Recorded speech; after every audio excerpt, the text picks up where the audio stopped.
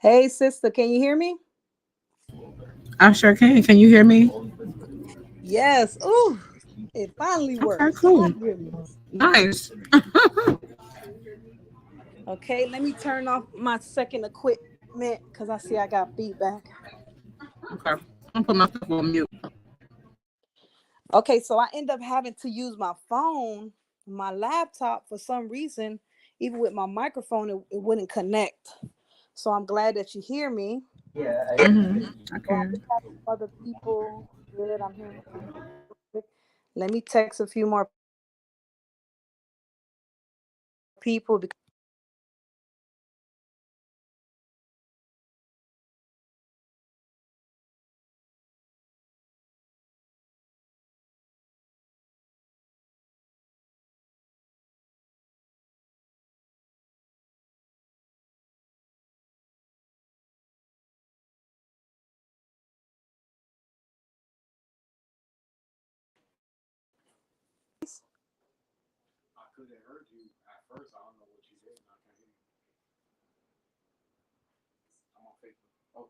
you can hear me now. Yeah, this Reese. I can hear you. Okay, good. All right, perfect. Yeah, I just hmm sent a few texts out. Okay, I'm in the in the airport stuff in my face right now. That's okay. hmm That's go. Go ahead and eat your food. We still waiting on two more people to get in. Okay. Good. I got one. Here's another one. hmm Perfect.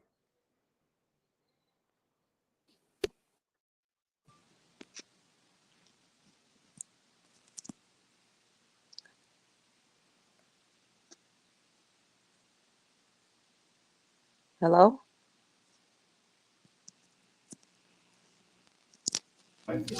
Reese is here. I can Okay. hear you. Okay. I'm just eating, so I got my phone on mute. I'm in the airport, getting ready to join you guys, join you ladies tonight. No, that's fine. I understand. We're still waiting for some more people to come on. Okay. Welcome everybody that's here so far. hmm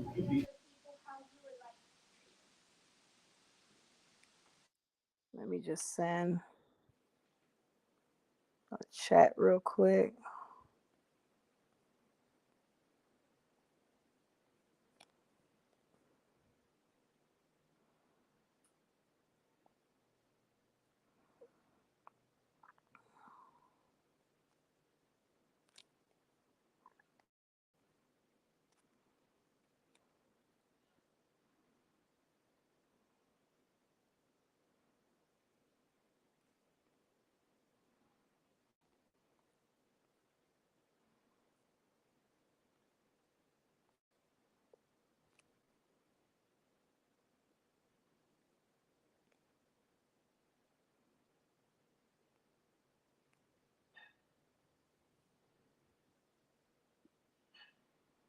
Okay, good. Everybody's saying they can hear me.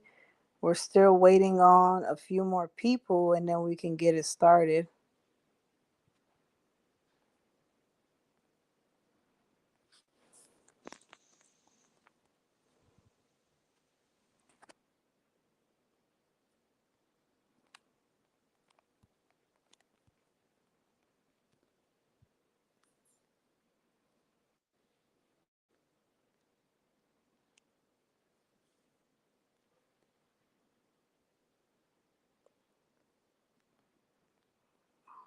Still trying to figure all this out.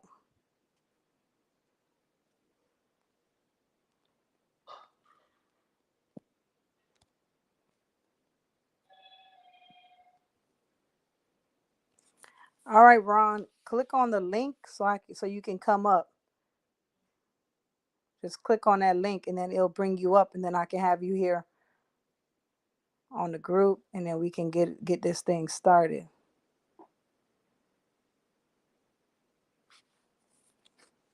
Hey, Stanley's here. Oh, glory to God.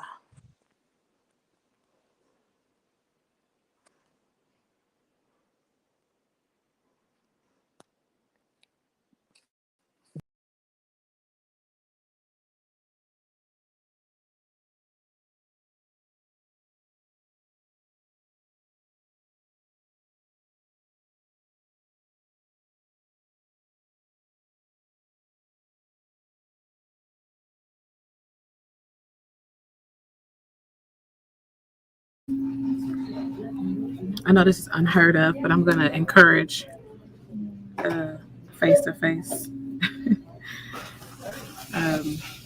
talking if anybody wants to join me. Can't you say if anybody want to join you face to If face? anybody wants to join me, anybody, I'm just gonna put myself out here. Just Who is that? Who let y'all joined know this you? is me. All right. Little old me. I want y'all Yeah, to, we're gonna you get to know. introduce everybody. I'm just waiting on one more, and then we're good. Where is he at? I see you. I see you there, Ron, but I don't see you hitting the invite. You got to hit the link, and then we can get this going. We just short one guy.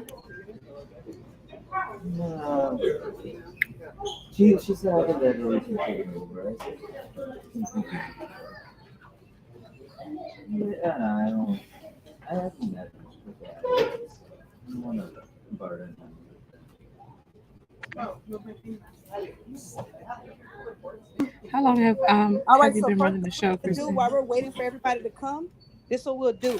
First, I want to just introduce everybody to Let's Talk Podcast. I'm so happy that everybody's here. That everybody's here. Everybody that's coming on, please hit the like, subscribe, help the channel grow. I'm so thankful for everybody to be here today.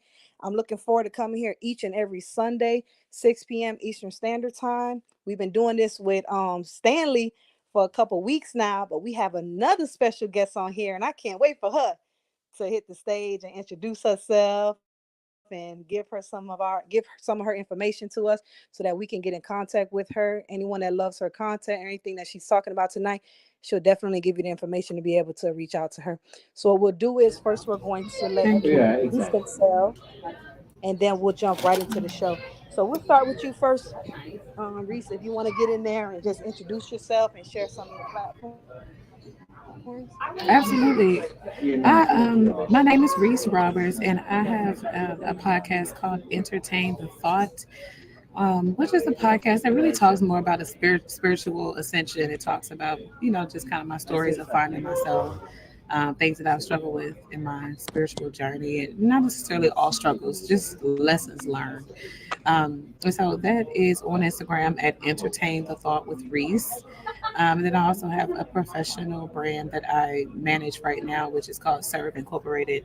It's a professional organization that's designed to investigate and perform corporate audits for white collar crimes. My history of corporate work is from the Internal Revenue Service, and that's pretty much what I decided to do with my life after I decided to quit. I wanted to make my own corporate organization, corporate structure to do things. And so that's me in a nutshell. Entertainment Thought with Reese, Serve Incorporated. I'm on Instagram on both of those pages. I'm also on Facebook at Reese Roberts. If you want to get in contact with me. All right, all right, all right. Yes, that's why I'm happy she's here on the platform. I can't wait to hear your perspective on the title of the room tonight. The next one we want to get into is Stanley. You want to introduce yourself and share any platforms or any projects you're working on?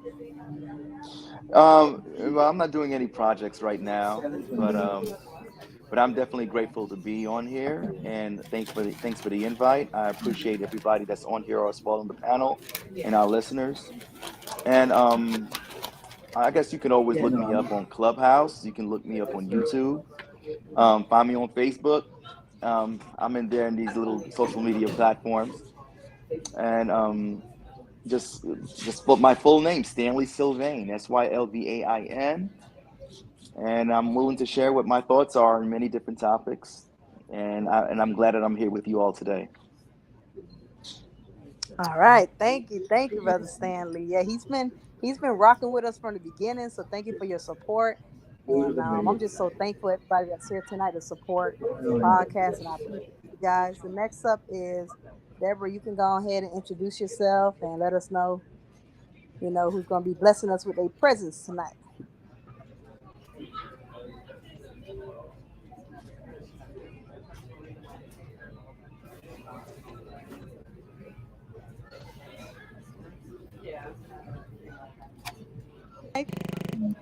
So why don't we just get into it? I guess tonight.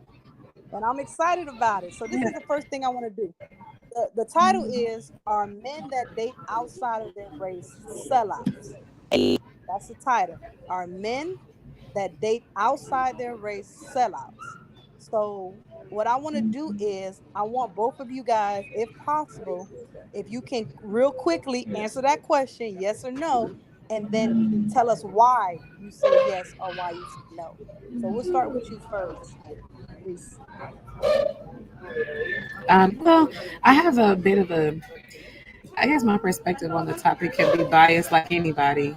But I do think that there are reasons why our people in particular might be interested in not dating outside of our race because we have more of a cultural mission that I think would be served better if we do not date outside of our race because we're trying to build generational wealth. And if we're talking about the generations that are exposed to the wealth that we can generate, all of that's going to be done based on our genealogy. And so for us to spend so much time trying to become free from westernized culture, trying to become free from westernized occupation, and just the overall, the overhauling of our culture, cultural traditions, ancient traditions, so that we can then turn around and then marry into those same lines that we've been trying to escape for all these years, for all these centuries. It just seems counterproductive for us to go outside of our race as soon as we're now interested in making or creating generational wealth in our communities. So I think my perspective kind of takes on more of a practical perspective, not necessarily an emotional one. Because if I see an interracial couple, I really don't too much care. But the first thing I think about is, like I just said, I'm thinking about the business of our community. I'm thinking about it from a perspective of what are we trying to accomplish, and is that going to help us? And so, from that standpoint, I would say stay with your race. But if you don't care about the building of our genetic richness or the building of our genetic wealth, then I guess to each his own. And that's pretty much how I like to boil down to it. Is that if that's not one of your missions in life to help further or progress the best interests of your people, then by all means, do what makes your heart happy. But if you care about it and it's something that you can actually manage to do, I would suggest doing it. So I kind of just that's that's how I like to see it. Mm, okay, all right, Stanley, you wanna you wanna give us your answer? Are men that date outside their race sellouts? Yes or no? And if so, why or why not? Um, I see a question like that to me is usually subjective. It's based upon what individuals value. If you're looking at if you're looking at yourself as part of a community and part of a group or people, and there's a value in that for you, then you some people may have the idea that for those that are of the same group, they're expecting them to think the same way. Hey, if I value my group and I value my community, I expect you to do the same thing. So if I expect you to do the same thing, therefore you should be all about staying within your community and staying within your people and seeing that for them, for our group, that because that's how we all should be thinking. But not everybody thinks that way. Everybody looks at the world Mm, differently. Some people mm, don't. Some people look at the entire planet as their people. As long as you're human, we're the same people. Some people look at it as, hey, as long as we're Americans, we're the same people. You know. So even the racist dude, the racist white dude, that's my people too. He just doesn't know it because he's deluded. There are some people that think that way. So at the end of the day, I cannot say it's a sellout thing. It all depends on what that person values. Now, if the individual believes in the development of their people and they believe that there's something keeping, I guess, the race with we're keeping everything within the race and they seeing it as a family and we're separated from the other groups of races or other groups of individuals that are of races and ethnicity, Well, then, yeah, then you'll be inconsistent with your position, then that would be classified as a sellout. But if you do not hold to these ideals, then I would not put that on you. That's my thought. Reese, you know what's funny is that what you both said was extremely compelling for me because when she was talking, I was like, okay, I see where she's going with this. And then when you were talking, I'm like, Mhm. okay, it seems like you're saying different things, but then in the same way, you're kind of saying the same thing. Stanley, it sounds like you're saying if you hold to those views, like, okay, you want to keep it within your people, meaning your ethnicity. So then yeah, you would be considered a sellout because if you're trying to keep it within your ethnicity and you see your ethnicity as your black people being your people, your community, and you're stepping outside of that to procreate and create, like she talked about, generational wealth, then yeah, because it's like you're taking it out of the community in a sense by procreating with another person from a different ethnicity. My sister sound like, and y'all correct me if I'm wrong, but my sister sounds like she's saying that the reason why she promotes, you know, people to stay with their ethnicity or their race is so that they can long term create generational wealth and keep it within their communities or within their people. Is that what you guys are saying? Hmm. Yes, in a nutshell, yes, and I was taking it even further to kind of address the definition of the word sellout because there are situations where a man might procreate with a woman that is outside of his race, so to speak. And when I say race, I'm talking about melanated people and non-melanated people. To me, I don't consider another ethnic person. Like if your ancestors had an ancient presence on this planet, I would not consider for you to be a person outside of my race. When I talk about human race, I'm talking about melanated beings. So there is just this, I guess, the idea of what selling out actually is to me and the impact it has on a community. So if you're selling your community out, that means that you have chosen to disown the entire community. It means that you are not considered, or excuse me, you're not concerned with the input or the output of that community, what you're contributing or what you're taking from it. You have completely just, turned your back. And so to me, that person would be more of a sellout. But if you have chosen to, let's say, date or marry or procreate with a person outside of your race, but you're still concerned with your community, you're still giving to your community, you're still, investing in your own people, that we would have to break that down and split some hairs because you're not necessarily a sellout just because your personal life looks a certain way. We're talking about community based action to me if we're talking about a community sellout. So it would look, we would have to look deeper into what you're doing for your community. Now, if you went and got you a Caucasian wife and now all your friends Caucasian and all you do is invest in Caucasian businesses and you don't have nothing for your black people, to me, I'm looking at it like, baby, you a sellout. You're going to educate your children in Caucasian people's schools and you're going to wear their clothes and you're going to change how you talk. You're out. That at that point you are selling out, because you have nothing to contribute and you're not really taking anything from it. Your life doesn't look like anything like ours. So to me that's more of a person that's going to sell out. But I know some brothers have their Caucasian wives wearing dashikis, okay, and traveling to the motherland and investing, what I'm saying, and investing all of their life savings into building up Africa. So to me, that's not a that's not a sellout. Okay, okay. Stanley, you want to speak on that? I agree 100%. Yeah. It's not just the So that person you that married. Yeah. exactly. So just because an individual marries outside their race, but they still are contributing to their race in some way, whether they are educating the children, they are putting in time and work, even with their Caucasian spouse, and they're Yeah. coming in and you know what I mean. If they're putting in the work and they're trying to develop, they're teaching them financial education and literacy, and teaching them and training them how to invest properly and how to bring create community and wealth and value to the community. Um, Definitely not a sellout. They were even in our marches. there were a lot of Caucasian involved, holding hand to hand with Black people to get them the freedoms. So if an individual is marrying into that particular race, and then they're involved in it, then yeah, I could. There's no way that we can call that person a sellout. But I'm sure there are people that believe differently. If they feel the need that you are not marrying us, you know, if you're a man and you didn't marry your sister, you kind of left your sister behind in that sense, and a lot of people think that way.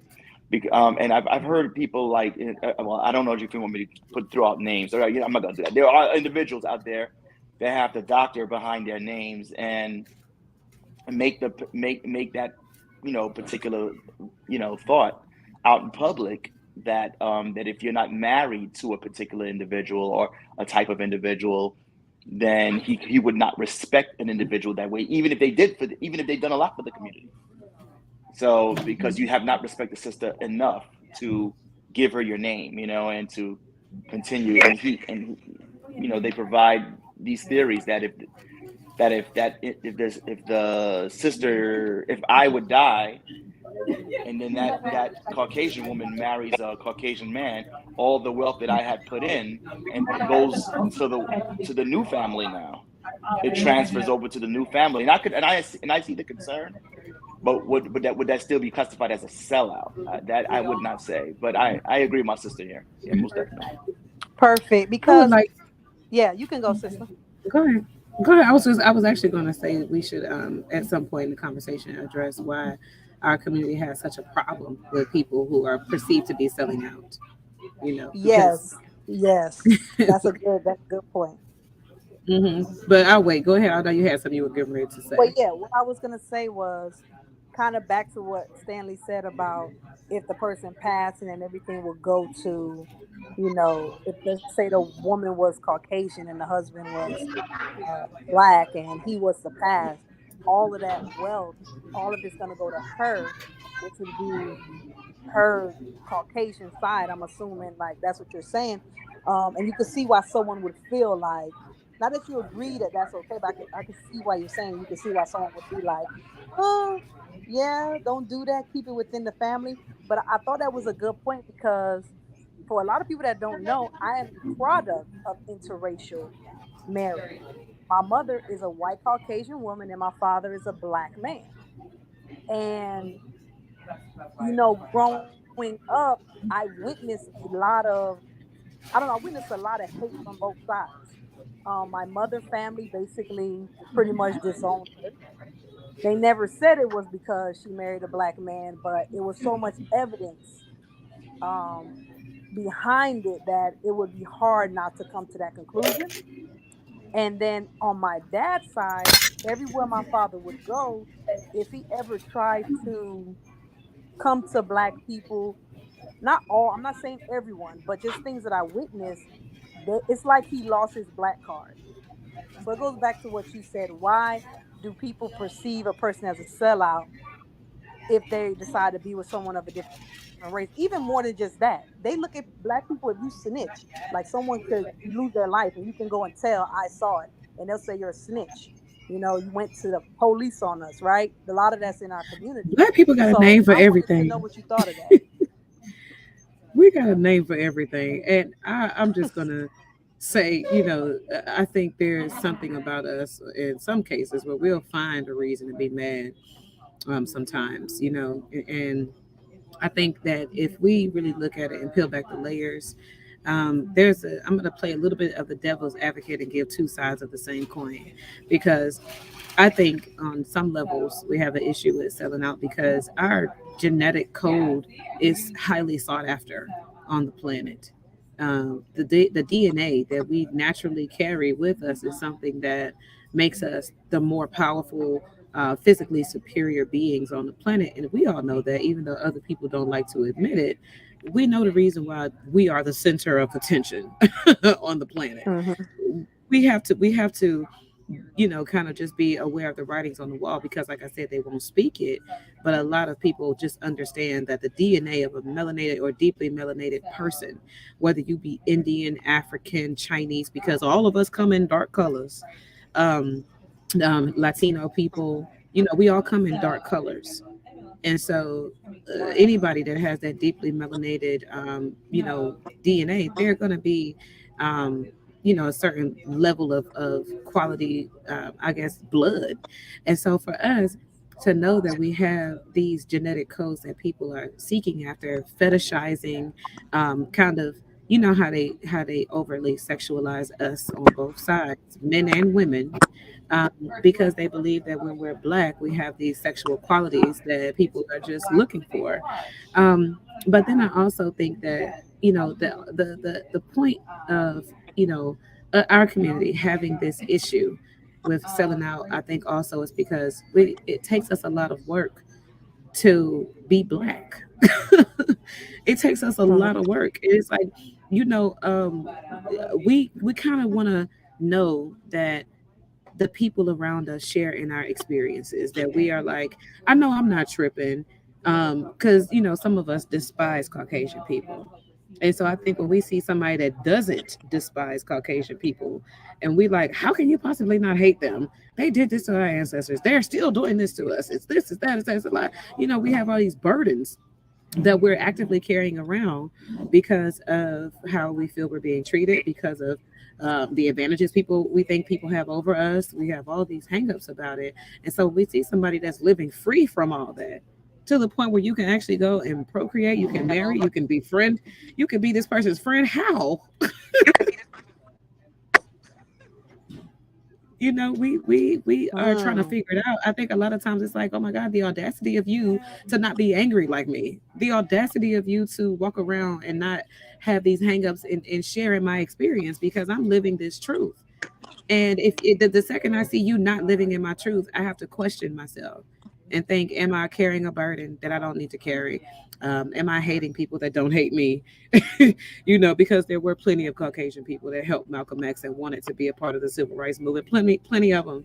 I see it in my job also, where a lot of Caucasian people have pure hearts and they will ride for you more than sometimes your own family will. And so, like I said, a lot of times we have to walk around with these convictions when we see this double, duality of reality. We I think sometimes we just want to be mad. We feel it is justified, and it's also an easy release. If I could talk trash about you being interracially married, I can now, you know challenge or hold you accountable for some things I may not even be holding myself accountable for.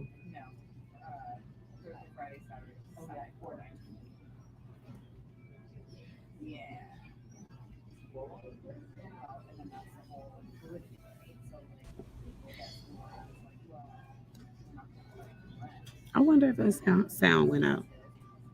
Christina, you still there? Hear me? Guess I'm not heard.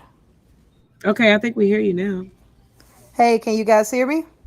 Yes, we can hear you We hear now. you now, sister. Hello? Can I Yes, we be can hear you now. heard? Yeah, I guess she doesn't hear us. Yeah, We hear you. we couldn't hear you. Let me. We You can put it in the hear chat. you. Yeah, you can't hear us. Yes. I wonder if she can see us. Yes, we can hear you.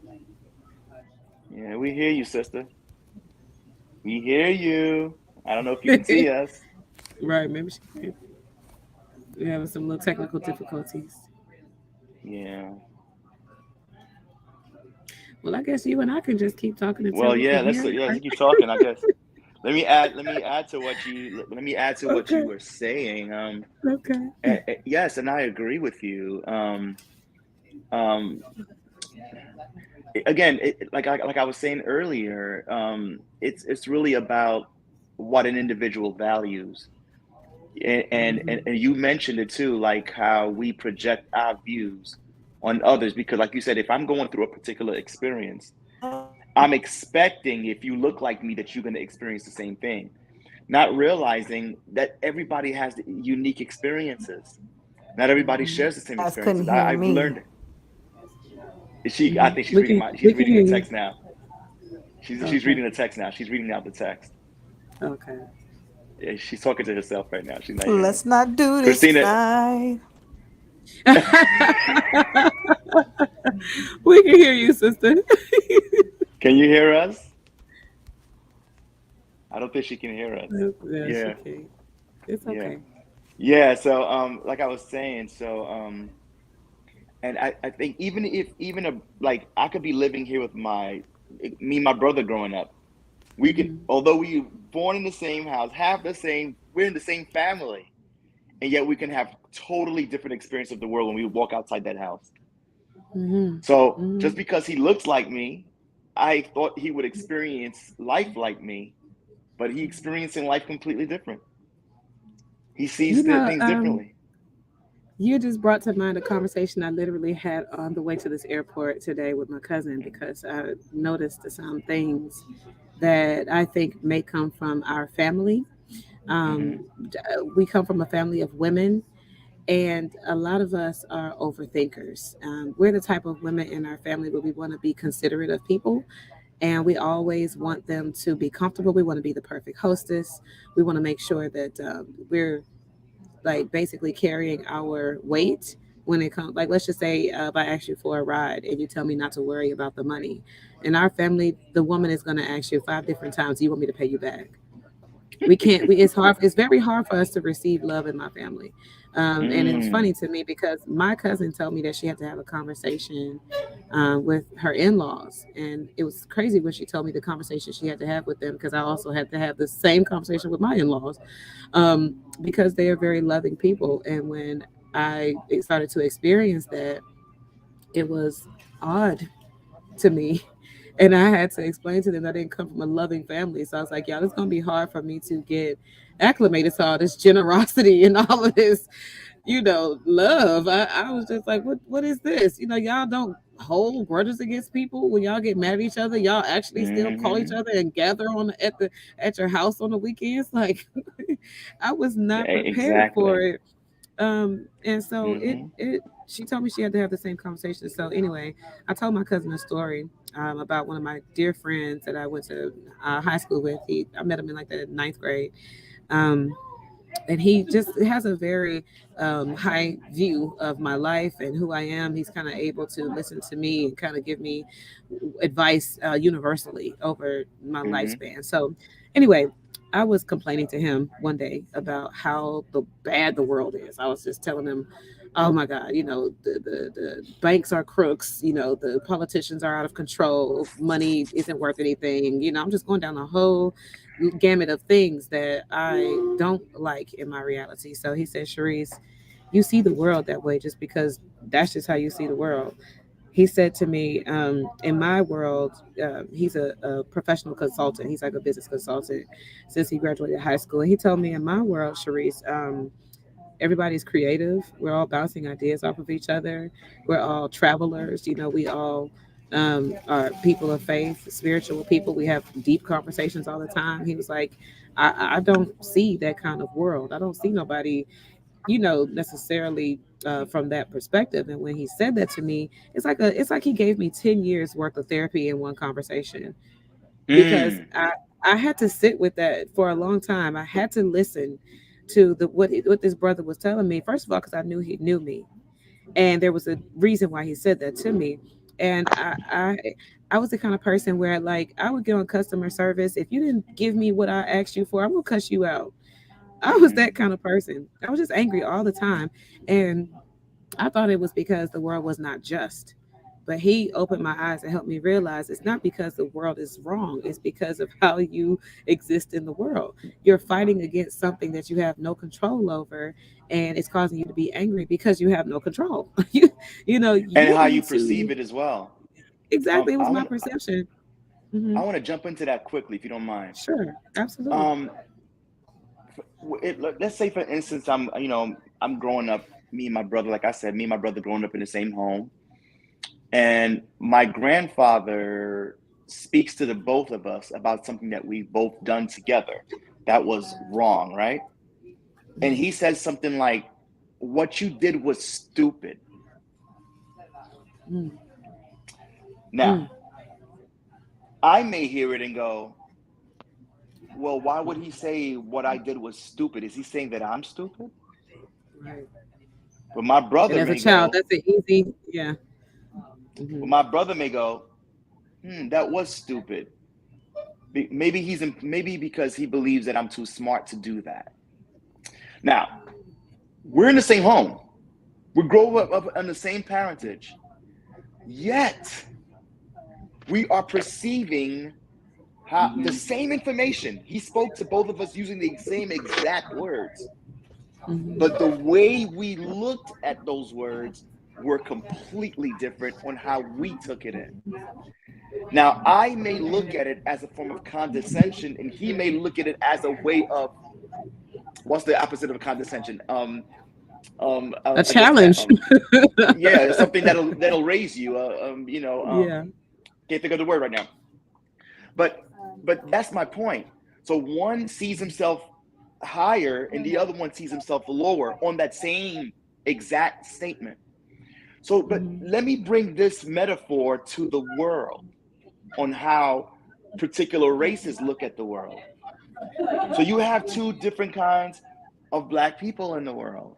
You have the people that are feeling like, dag, just because this was said to me, it's because I'm black, right? And because you don't because you're trying to judge me and make me feel this way. When the other person may look at it in a completely different way and say, hey, he's hooking me up because I'm black. And you know what I'm saying? He cares about my race. Mhm. Same thing is thrown at them, but their experiences are different based on what's going on the inside.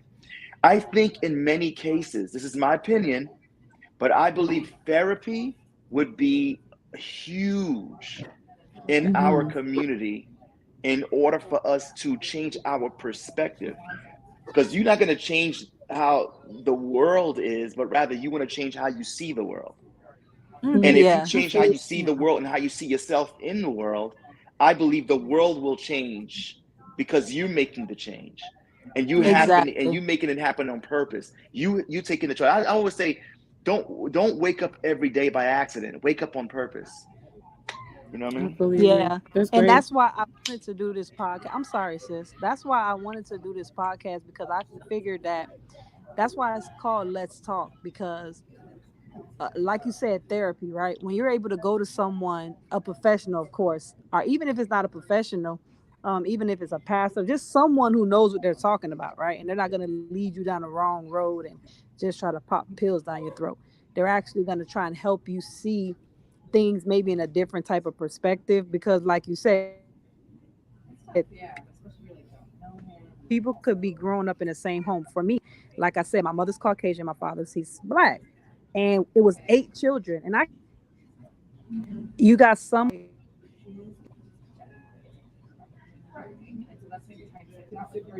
You cut out. Is it me? No, She did cut my out. audio is yeah, something's going on. I'll cut back in. Yeah, she said she had to use her cell phone, so it might be maybe the data or something. Yeah. Hey, so how's it going, brother? All right, man. All right. Glad to be here. Glad to see you guys. I'm not. Yes. What's your name? Are you Kevin? No, I'm Ron. Ron. Okay, nice to Is it meet you, Ron Ron. Phillip? Yeah, yeah, that's me. Got Yeah, you. Okay. yeah, definitely glad to meet you, Stanley, as well. You, sister, as well. Yes. And Um. I've been hearing your perspective. You definitely sound very intelligent, and I'm glad to hear your Thank you. input. I appreciate that. I was just gonna ask you, and y'all gotta forgive me because sometimes when stuff like this happens, I know the host is having technical difficulties. I'm gonna back my sister right on up and keep the show going, okay? Yeah, Nothing wrong with definitely. Until she that. come back, okay? Because I come from a podcast background. I've been doing this for a few years now, and I really enjoy it because I think this is for those of us who don't necessarily go to therapy. A lot of times, I think participating in just healthy conversation is a great alternative for us to be able to share our experiences, reflect off of each other because we're strangers. Most of the time, I have no problem with telling y'all my business and being very straightforward and transparent about who I am and why. And so it helps me to be able to wrap my mind around myself and be able to conceive who I really am, perceive who I am just by using all of you as a mirror to myself. So, with that being said, I know you said you listened to a few of our, some pieces of our conversation, but I would want to hear what your perspective is about being a sellout, because what we were discussing was basically there are levels to it. When you're considering a person being a sellout, it kind of depends on how you're actually treating your community, not necessarily how you're living your private life. Could you? What would your definition in real life, like? What would it look like for you to really consider somebody to be a sellout? Well, I would say you can be a sellout if you can be, and if you can sell out if you um are a black man and you like go you're you're with another race if you look down on your people. You know, I feel like if you're not doing that, then there's not a problem. You know, I feel like if you're not degrading black people or black women and being like, oh, I'm dating this white woman or another race, whatever it is, because black women is this or that, or vice versa, even if it's a man. I feel like that's when it becomes a problem. I feel like it should never be. We should never look at, oh, all black women is aggressive or this and that. And that's the reason why you chose. That could be just the black women you dealt with or who you attract. You know what I'm saying? Yeah, So that's how I look we at it. talked about that too. We kind of got down into, and I was going to take us one level deeper, but before you got here, but I'm gonna save it for just a second, so we could hang tight on this level, where we were talking about the way our people perceive Caucasians and other races. Some of it we believe it may be stemming from us just kind of wanting people to share the struggles that we share, because many of us are living in this truth that we are justified in having this hatred or having this resentment towards other cultures because of the way we live right now. And so that's kind of like, okay, that might be one reason why we have such a problem when people start dating outside their race. It's like, I don't know. So would you say that there's a problem with selling out just because you don't think it's right, or you think it's a problem because of what? Hmm. Well,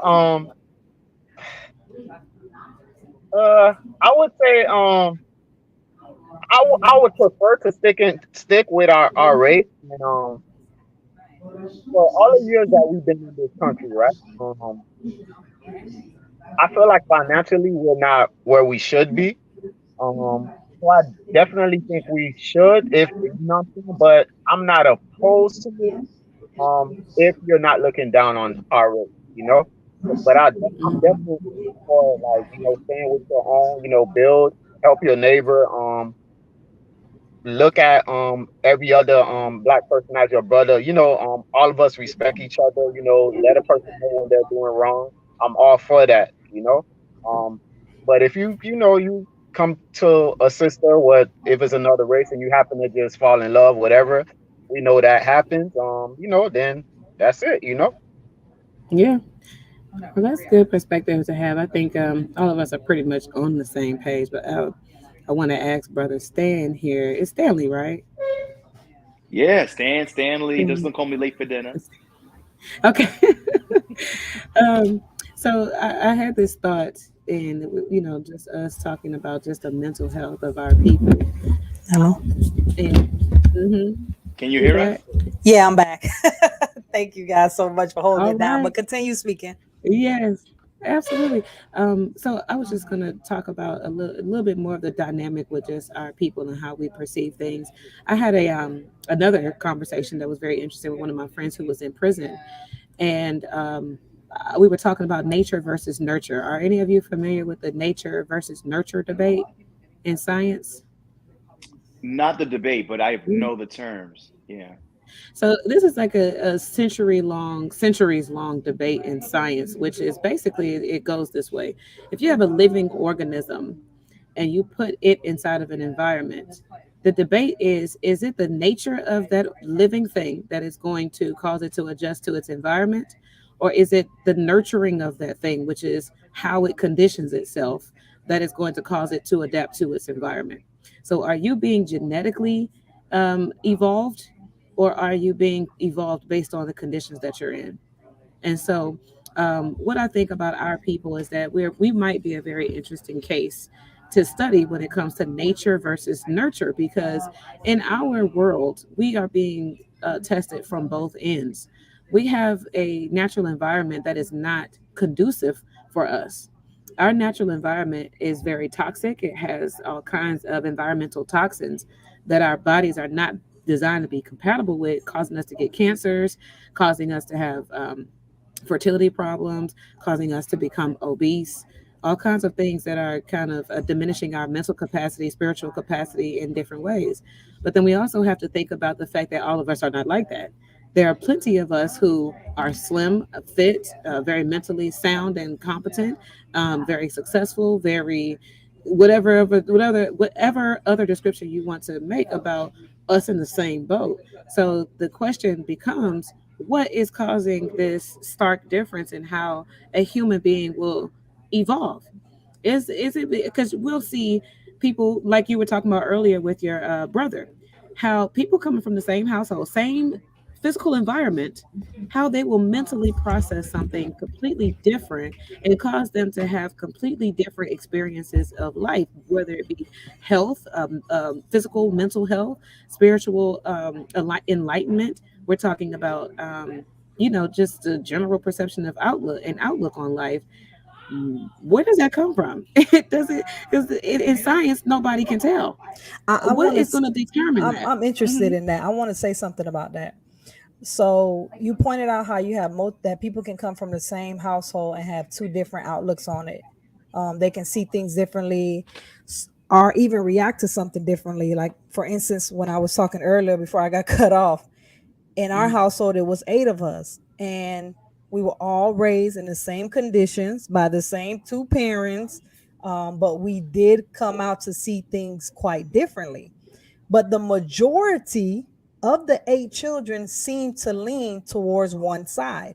So that's why I'm Mm. bringing it up to say this. Yes, you do find cases where you have some black folks that are healthy, fit, and take care of themselves and their bodies. Like they say, most black women are obese out of all the other races. That's what they say in America, right?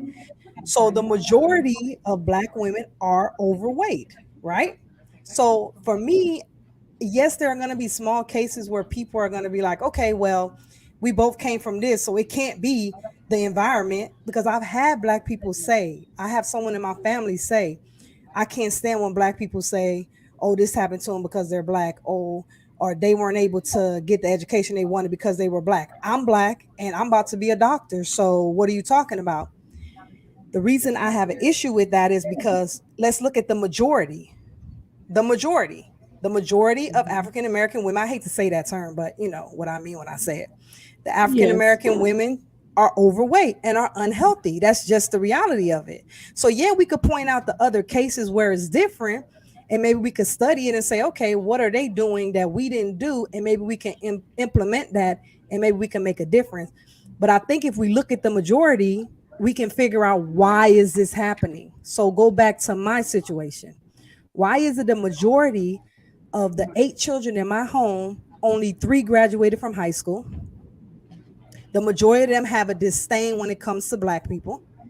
They seem for some reason to lean closer to their Caucasian roots to the point where they're disgusted by black people, where they don't even want to be associated as being black, right? Now me, I'm not, that's not my position. I find a lot of my culture, my heritage with on my black side. So for me, I associate with that more. But the majority all have a disdain. So what I did was I said, okay, how can we all come in the same home but have two different outlooks? This is weird. But let me look at what the majority is doing and try to figure it out. And what I came to find out is as I got older, my father, who is a black man, said that he married a white woman because he didn't want dark-skinned children. This is what my father said. So he tells me this as a grown woman. So who knows what else he had been implanting in us, in our minds, that we didn't realize was causing us to have this disdain, this disgust with melanin people. But now that I'm older and he says it straight in my face, yeah, I didn't want dark skinned kids. So I purposely married a white woman. Now I can see why the majority of us tend to Take on lean that closer. same. Exactly, because he was putting stuff in our mind, but we didn't realize it. And I think that's the same thing with overweight women in the community. We have been conditioned to thinking that when you look at soul food, like, yeah, that's black cooking, soul food. Black cooking, I understand what they're trying to say, but there are a lot of healthy, good dishes that African American people have created that they make them that are not killing you, that are not going to clog your arteries. But for some reason, we associate black dishes with baked mac and cheese, potato salad, collard greens with the neck bones. That's and then guess what? It's making us fat, overweight. It's not good for us, right? And I think that if we could just start to change the mind, this idea that this is our culture, this is who we are, you know what I'm saying? I think that that would kind of help the majority Could I of the add people. something to that point? Yeah. I remember a few years ago, my wife and I had befriended another couple, right? And they have 5 kids, great family, and their families connected with our families. And then I was talking to the husband, and I told him, man, I need to start, working out again, man. Like, I'm gaining weight, man. I'm almost 200 pounds. You know what I mean? And he was just like, ah, Stan, man, we're up in that age right now. We're not 40s, man. You're gonna be like you a daddy, man. That's how it is, It's man. normal. I'm like, that's a crazy thought process to have, man, Yeah. because what you're saying is you want to encourage bad health. You saying that it's culture. Because Mm-hmm. of the culture, because of the sake of the culture, we want Yes. to maintain bad activity, Exactly. lazy activity, bad health activity, Mm-hmm. encouraging diabetes, high Mm-hmm. cholesterolism, hypothyroidism, hyperlipid, Everything is hyper. hyper cancer, all that stuff, diabetes. I think we have to we got to change the mindset and the thought process of the cultural thought. How come our culture can't be fit? Yeah. Why can't we be fit? We just have a fit culture. We just love the gym. We love to work out. We can't stand eating everything. We walk past fast food restaurants and we go to like other restaurants Yeah. where they actually cook our food. We love to look at recipes so that we can make some good healthy food for the home. We just competing with ourselves. All it's about is who makes the best food at home. Who makes the best? How come that can't be our Um, culture? Look what you got Let to me say. tell you though, I really believe that it is our culture. It's just like my friend said, that section of the world goes unseen by the majority of those people who are unfit and unhealthy. It's almost like if I'm not a billionaire, I'm never going to see people who are. You know what I'm saying? I'm not gonna. That's not my circle. I don't have $1 billion. I can't afford the food that you eat. I can't go to places you go. I don't. I can't drive the same car that you drive. I can't live in the neighborhoods you live in. So I never get a chance to see you. And I think in our communities, it's almost a subconscious diversion mentally when, you'll see a group of girlfriends go on a girls trip. Generally, all those girls are about the same size. Yeah. Think about it. Or you can think about your girlfriends. Most of the time, our girlfriends kind of follow along the same pattern. If I go on a girls' trip, more than likely, if I'm a big girl, I'm going on a big girl trip.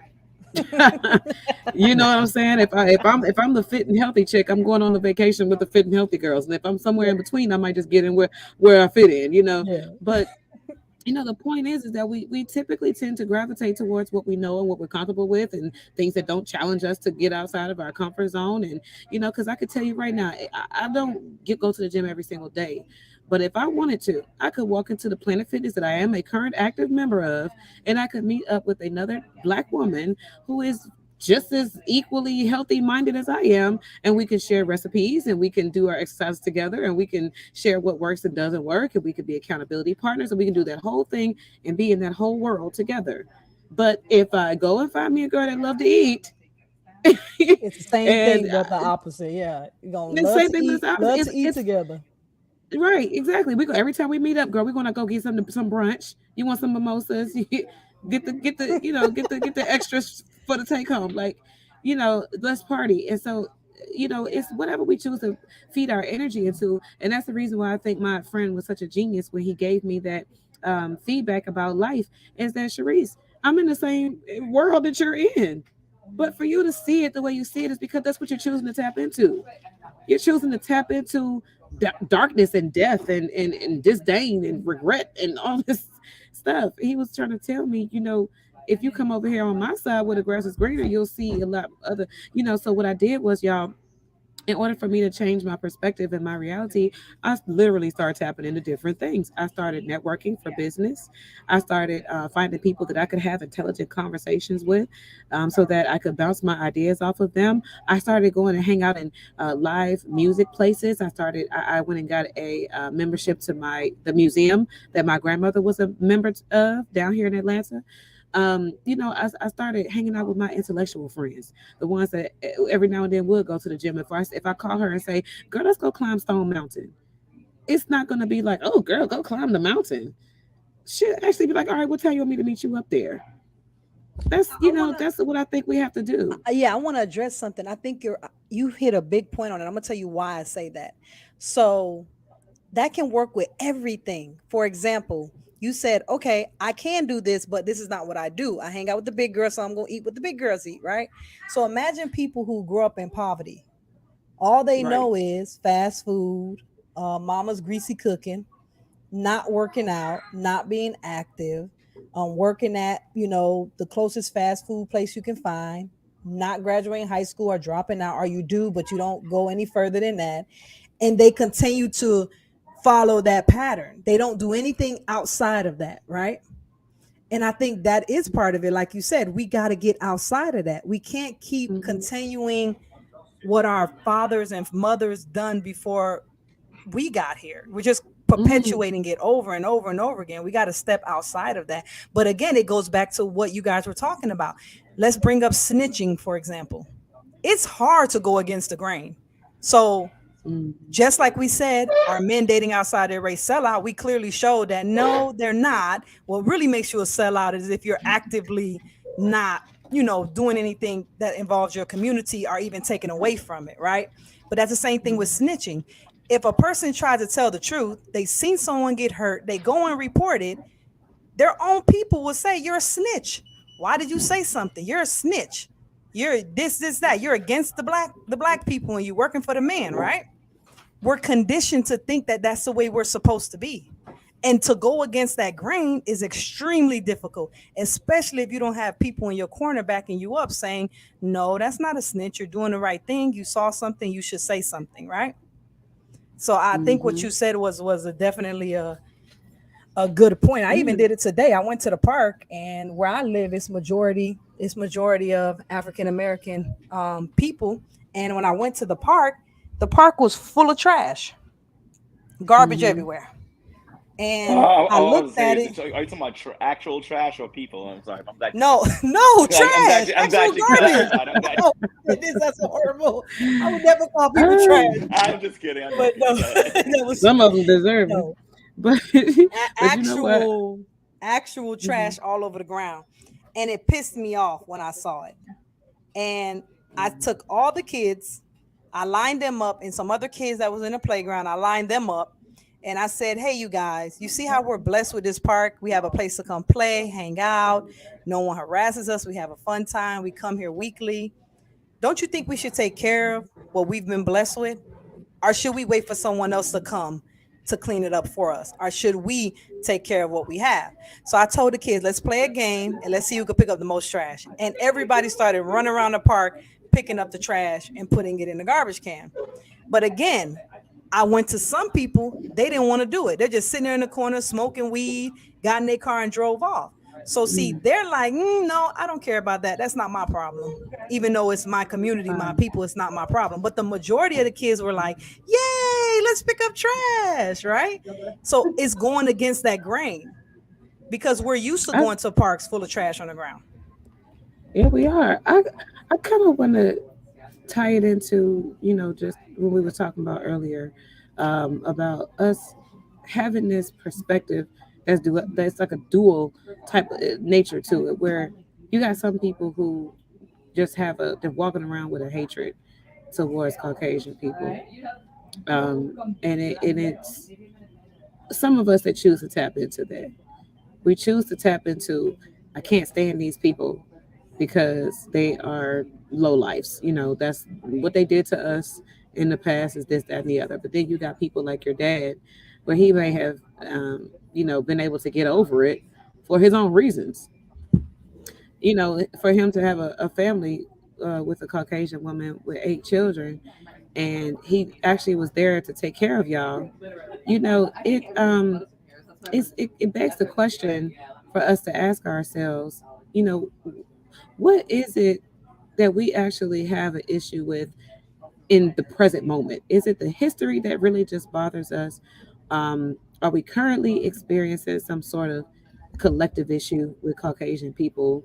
Or is it just something that we're just really, choosing to tap into? Because I always think about, maybe it's just the type of Caucasian people we're choosing to hang around. Because a lot of times you'll see these low vibrational Caucasians that hang out with low vibrational black people. You understand what I'm saying? They will. I'm agreeing to disagree with that only because I've been on that Mhm. Caucasian side. But when you're finished, I'll definitely speak on that So, point. so what I'm saying is you. Let's just say we all are in the hood, right? And I've come to learn that you got Caucasian people that live in the hood with the black people sometimes, and you'll find that the Caucasian girls they start taking on the cultural identity of the sisters that they live around. They wearing hoop earrings, they wearing long ghetto nails, they getting their hair gelled down for no reason. Um, it's all kind of things that you start to see just assimilating whenever you see this, Yes, kind have of. that for no reason. Yeah, they wear gel. And I'm like, why do you have gel on your hair? That don't make sense. You're literally you don't need it. But they just want to identify with us. They want to use our products. They want to talk like us and all these things. So what I'm looking at is maybe when we come in contact with those types of low vibrational Caucasian people that don't have a moral base, because I'm thinking to myself, get you a Jim Carrey in your life. You know what I'm saying? Get you a I don't know, Jordan Maxwell in your life, somebody that's a little more high vibrational as a member of the Caucasian community. Because if you got somebody that's low in their morals or, morally debased, that's not But exclusive to Caucasian people. agree. But the thing is with that, from my experience is uh from my experience with a lot of Caucasian is a lot of them will pretend like, they're love, they see no color, and then Yeah. And boom, then next one thing you day, know, you in an So episode of Get Out. yeah, so I would say, man, just like them, they try to, be amongst their circle mostly. And I think we just gotta pick who we are around, wisely, not being around people with a hood mentality all the time, Or even if they're from the Mhm. hood, there's nothing wrong with that. But like knowing that they can act, with respect and, treat everybody with respect, That's a good point. Yeah, that's a good point because I have plenty of African American people, whatever you want to call us, in my immediate circles networking, and I'm gonna tell you they don't necessarily mess with Caucasians like that, but they don't necessarily walk around hating them either. It's like Well, I don't hate I these. want to It's point almost like some. I don't see it. Yeah. Yeah, I want to point out something my mom said because she's a Caucasian woman, Hmm. and this is what she told me when we were growing up. We used to like to watch Martin, and my mom hated Martin. My dad had no problem with Martin. But my mom told us, I don't like you watching that show. And I said, why? We used to be so upset. Why you don't want us watching it? Oh, it's because you don't like black people. Like we would literally accuse her of not liking black people because she never let us watch like black based TV shows. And then one day she told me, she said, I don't want you watching that because it gives black people a bad name and it's making them look a certain way. And I said, how? Martin's funny. And she said he's wearing a dress. And then on top of that, he's loud. And then you got Pam and how she's acting, talking about her B2Bs. And my mom was saying she feels like it just makes a stereotype for black people. And she doesn't want us watching that because she don't want us promoting that. And now that I look back at it now, I realize that imagine Caucasian people who are not around Black people, African American people. They didn't go to school with them. They didn't grow up with them. They probably seen them in passing Right. here and there. What are you gonna get? What is your perspective of them? Martin, that's gonna Right. be your perspective. Fresh Prince of Bel Air, the rappers, right? That's what you're gonna see. This is what a Black person is. So a lot of times I kind of blame our people for that only because why are we going on these networks and these TV shows doing these songs and doing all, why are we doing all of this stuff? I'm All gonna it's tell you doing is why. destroying us. I'm gonna tell you why we do it, but what I will say is it's twofold because you have the individual and you have the community, and I think that's what we have to always remember in our cultural conditioning and the things that we aspire to. We have to remember that we're dealing with a cultural setup where one person literally can influence the masses. We have a whole industry Mm-hmm. based Yeah. on influencers, and so Mm-hmm. what we have to remember. Okay, Stanley, we see you said you have to go. Thank you for spending some time with us. Oh, Stanley, let me see. Oh no, I don't see that. Oh So yeah, it says I yeah. have to leave. I'm gonna have to get out of here. I didn't want to Well, before cut you you. go, okay, I see it now. Okay. Well, before you go, just let us know, put your information out there again. Let us, tell us a nice goodbye. Most definitely. Please, but keep the party going though, outside of my situation though. But I want to just say thank you for entertaining everybody. All that I have to say. Hey, I'm not a know-it-all. I just tell you what I know, and I just hope you appreciate what I had to share and how I perceive, this important topic regarding the races and how we view each other as sellouts and how it branched out into other views and topics as well that's related to it. And it was fun. So it was a pleasure meeting you, my sister, and for others that were involved, Ron and of course Christina. I love you, girl. And hey, I just want to continue to be there to support you. I got you. And I enjoy your show and I enjoy this platform. You can find me on Clubhouse. You can find me on YouTube. You can find me on Facebook. Hey, I may not be your family member, but I'm always going to be your friend. Oh, All thank you, right. Hey, God thank bless you. you that's all. sweet. Take Thank you care. for coming. Thank you. Thank you. Thank you, Reese, also. Cause I don't know what's going on with me tonight. My service is crazy. So thank you for seeing the message and giving him an opportunity to say his piece. We have somebody on the line, Kevin J. Is your mic open? Because I know I just brought you up and you've been hearing a lot of different things. I don't know if you want to join the conversation, kind of tell us where you stand at. Yeah, can you hear Yeah, yeah, we can hear you. me? Yeah, no, I was actually listening. I didn't know how to get in there first until I looked down and looked up on the message, and I was able to click on the link. So my bad. I did come in a little bit late, but I did hear everything that was said by the sister and brother Stanley. I'm glad he came on, and brother. I didn't hear everything from brother Ron. I don't think I heard him a little bit.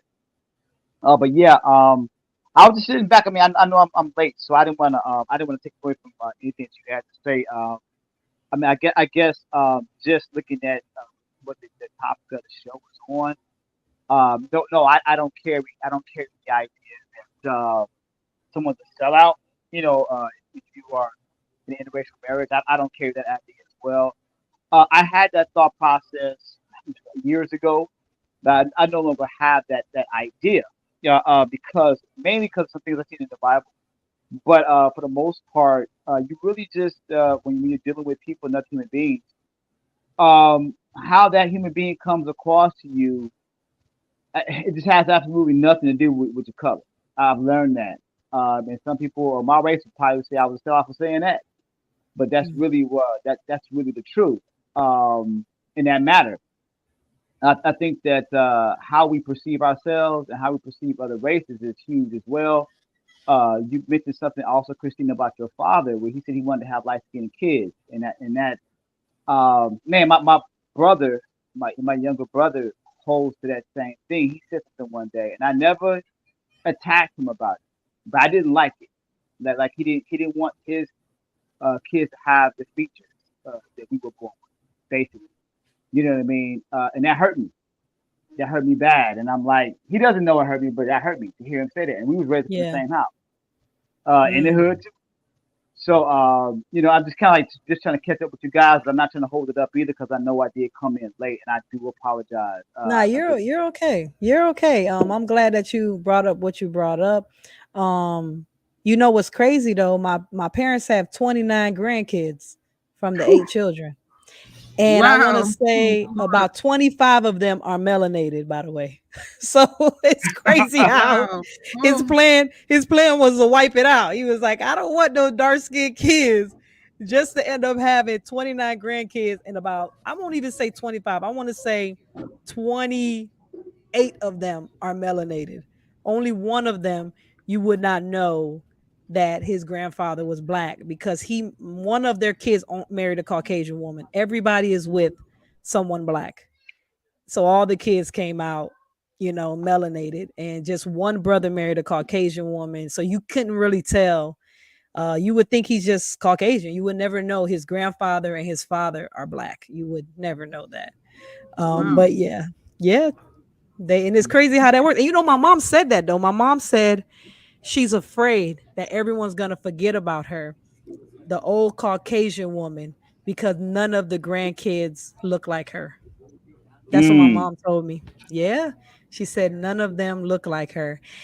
And I hated when she said that at the time because I felt like if you wanted them to look like you, why would you marry a black man? Like that's what I was thinking in my mind.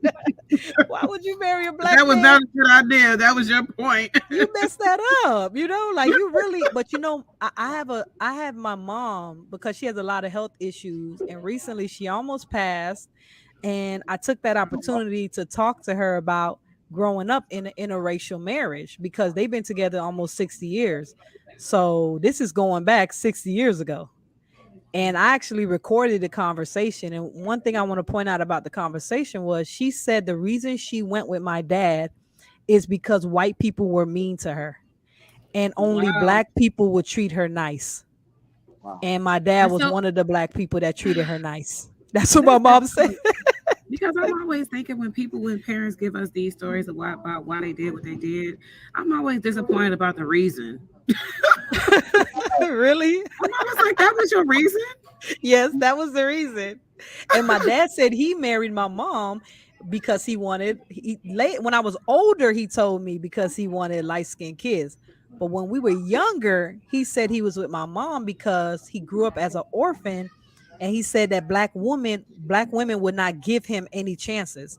They would say, "Oh, you're an orphan. Oh, you're poor. Oh, you're dirty. You don't even have a mom and dad." They wouldn't even give him a time or day. He would try to talk to them, get with them, and they just wouldn't give him a chance. So when he went to go talk to my mom was down with it. She was like, "Hey, Leroy," and she was ready to go. And he felt so good to just feel accepted, you know?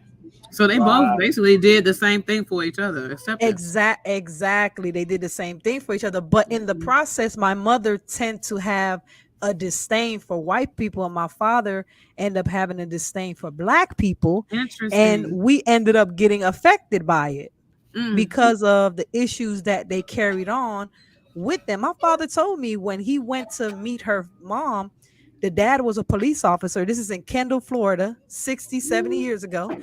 And he came into the house. He's talking to the mom. He went to use the restroom, and the dad didn't know. And he pulled a gun on my dad and said to Oh my him, God. "You N-word, what you doing in my house?" with a gun to his head. Ooh-wee. Yeah, so that's the type of stuff that my dad would deal with. But he says it as just a dad being, protective. But yes, my dad has a big disdain. But I want to point something out though. I've heard this before. I've heard lots of brothers, and I got some brothers on the line. So you guys tell me if you've heard this too. I've heard brothers say that a lot of sisters seem a little tougher to deal with when they're trying to court them, meaning walking up to them, "Hey, how you doing?" trying to get their number, and that white women seem to be more submissive in that regard when it comes to just trying to get closer to them. And what do y'all say Well, about that? if I had a house on the hill for the last 3-4 centuries, I would be very happy and pleasant as well. But unfortunately, the women in our family have not had that luxury in life to be I well agree. kept. You understand, and well kept and well groomed for that type of attitude. I think sometimes our brothers got to give us a break. They'll tell us, "Oh, you shouldn't be so emotional. You shouldn't be so independent." And it's honestly at the end of the day, when have we ever had a choice not to? When have we ever had a choice to depend on somebody? I had a conversation with my cousin the other day, because me and her haven't spoken since my son was born 6 years ago over some stupid family fallout. And so we she reached out to me to apologize for her role in the whole thing, and I accepted because she was the wrong one. I wasn't about to back down. But she did eventually reach out, and so we talked about some of the struggles that we've kind of identified within our lives. And she said, "Reese, how come you'll never talk to nobody about that? How come you never tell nobody?" I said, "Crystal, who was going to care in our family? Who was going to do anything about it? Who was going to help me?" And she was like, "Dang, you're right. Nobody. And in my family, women are not allowed to fall and fail and lack the ability to care for themselves or provide for themselves. If you need something in my family, you better be about to die, because otherwise they're getting ready to tell you that you need to be more responsible, that you should have thought about that. This is not my problem, so on and so forth. Which goes back to the reason why I said my cousin and I both had to have conversations with our in-laws, because to be a part of a family that welcomes you and helps you and feeds you and invests into your life, that's not something that our families are necessarily known for. So when it happens, it's more of a rarity. It's more of a rare occasion that you'll see Black people supporting each other and creating an environment where women can be feminine and women can be agreeable and women can let their hair down and be soft and all of this romanticized stuff that everybody wants from a Black woman. It's like, look, if y'all want all this stuff from me, I'm gonna need for you to help me to get there. Create a condition where I can put my feet up. Create a condition where I can take a bubble bath and drink a glass of champagne and make your breakfast in the morning. Like, can I take the day off? Because half of the men that I know, their woman got to go to work, Mm. and Yeah, they I don't. think You know, yeah, the thing is we're not patient with each other, man, black men and black women. agreed. Being that a lot of the disadvantages black women of course and black men, but I'm speaking on black women right now, had in this country where they had to raise children without a man in the household. And I know it's incentivized by the Hmm. government, of course, all the assistance they give them and stuff like that. And of course I know a lot of it falls back on men too, some men just leaving women. So being that all these women are raising these children and have to play both roles, the feminine role and the masculine role.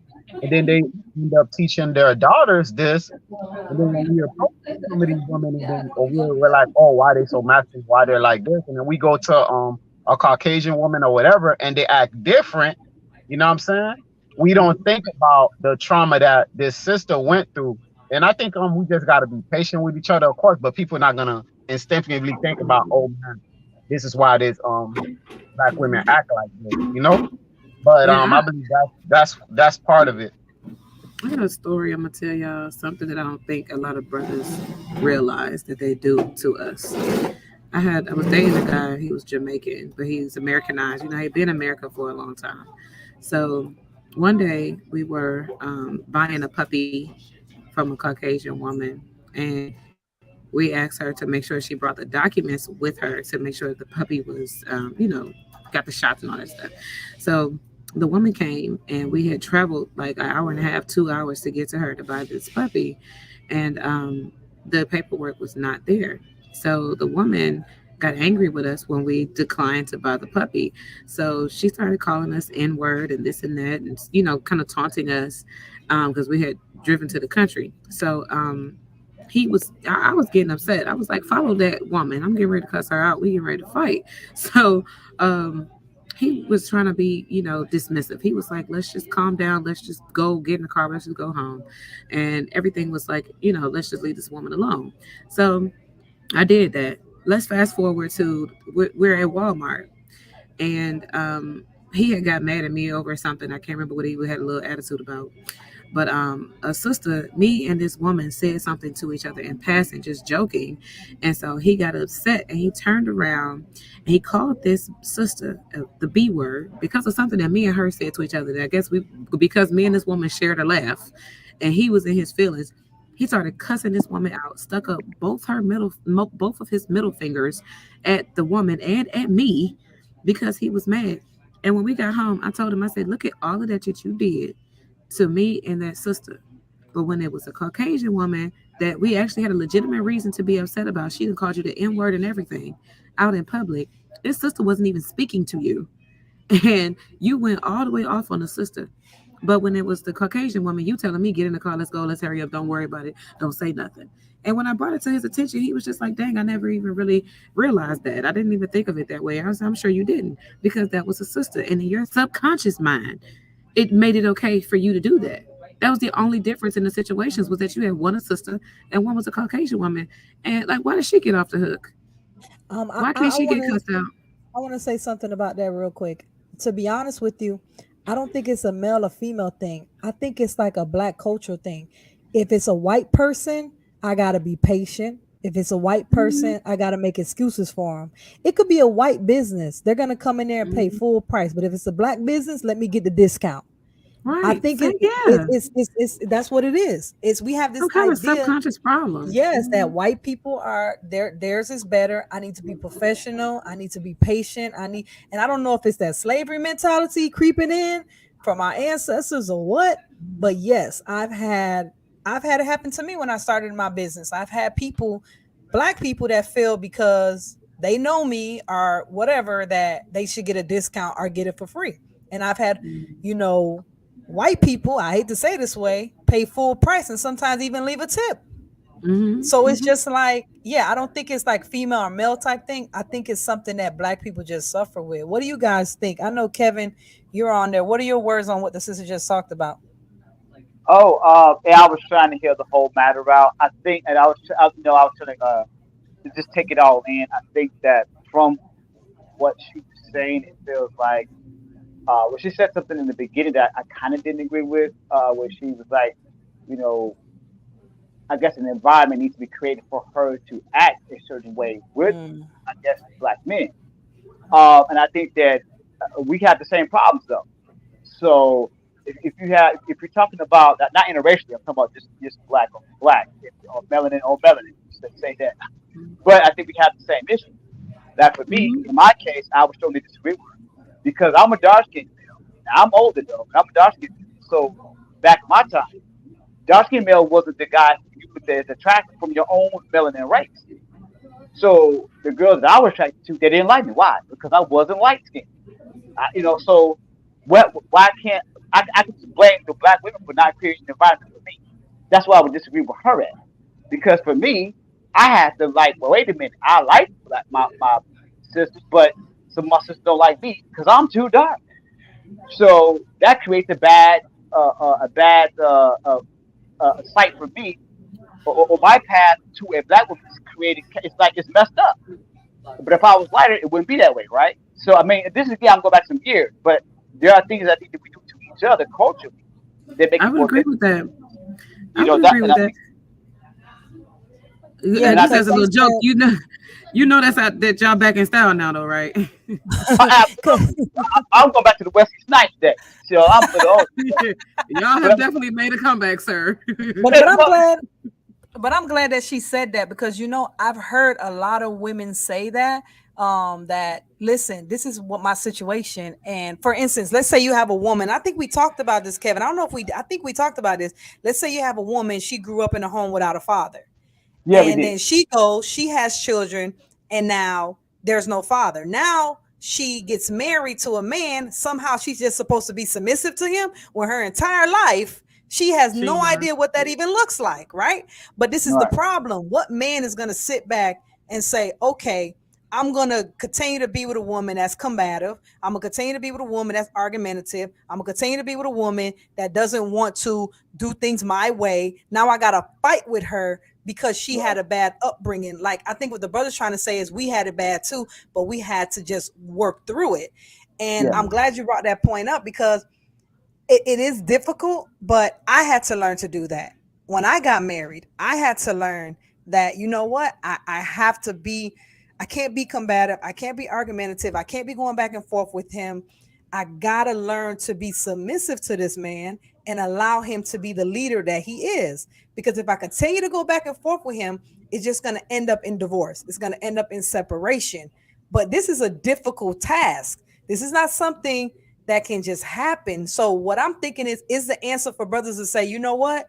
She's not, this is too hard. I'm just gonna go and get me a white girl because she seems to know how to be submissive. Like, is that the answer? Because I don't think that's the answer either.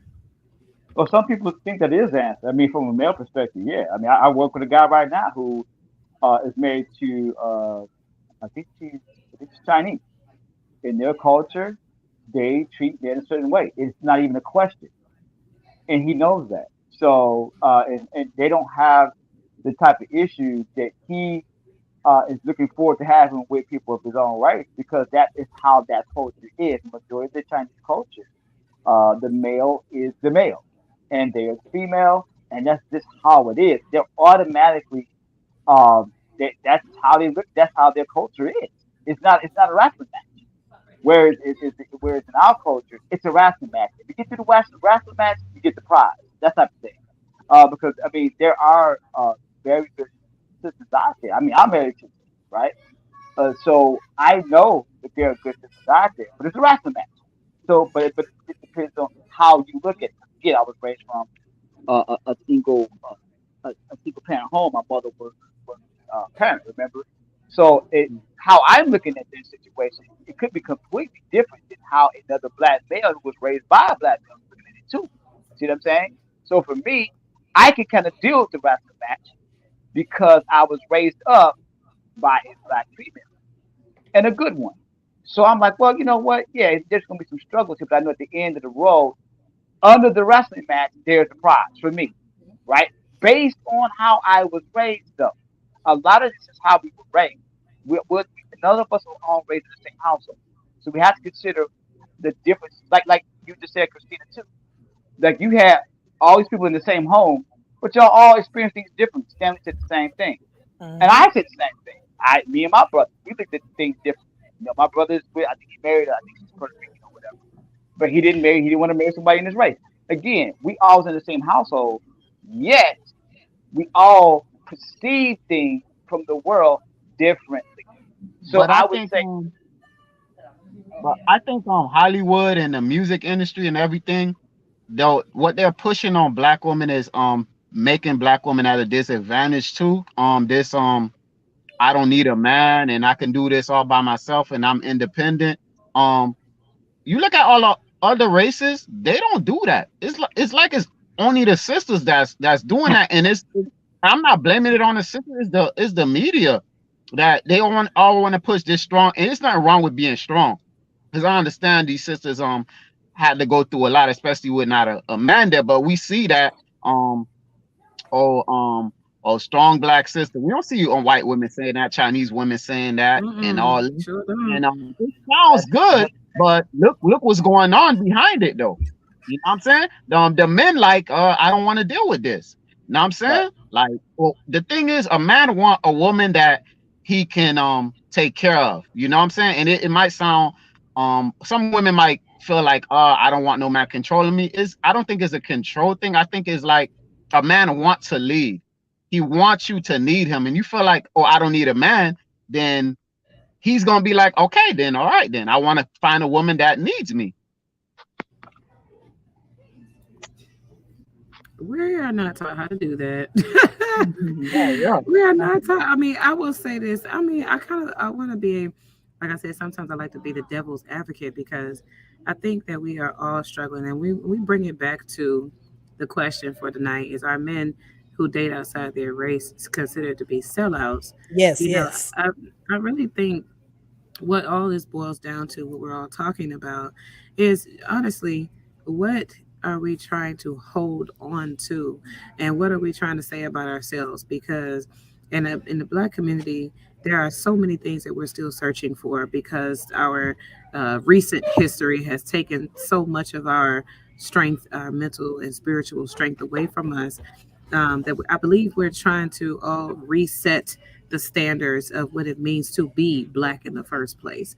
And so for us to Mm. have these Mm. questions about who do we love, how do we treat each other, how do we treat ourselves, how do we raise our children, how do we build wealth, we're trying to reestablish all these things, starting from scratch. I think we're just like, you know what, on an individual level, I'm going to throw out the entire cultural narrative and I'm going to start from scratch on what I want to do and whatever makes me happy.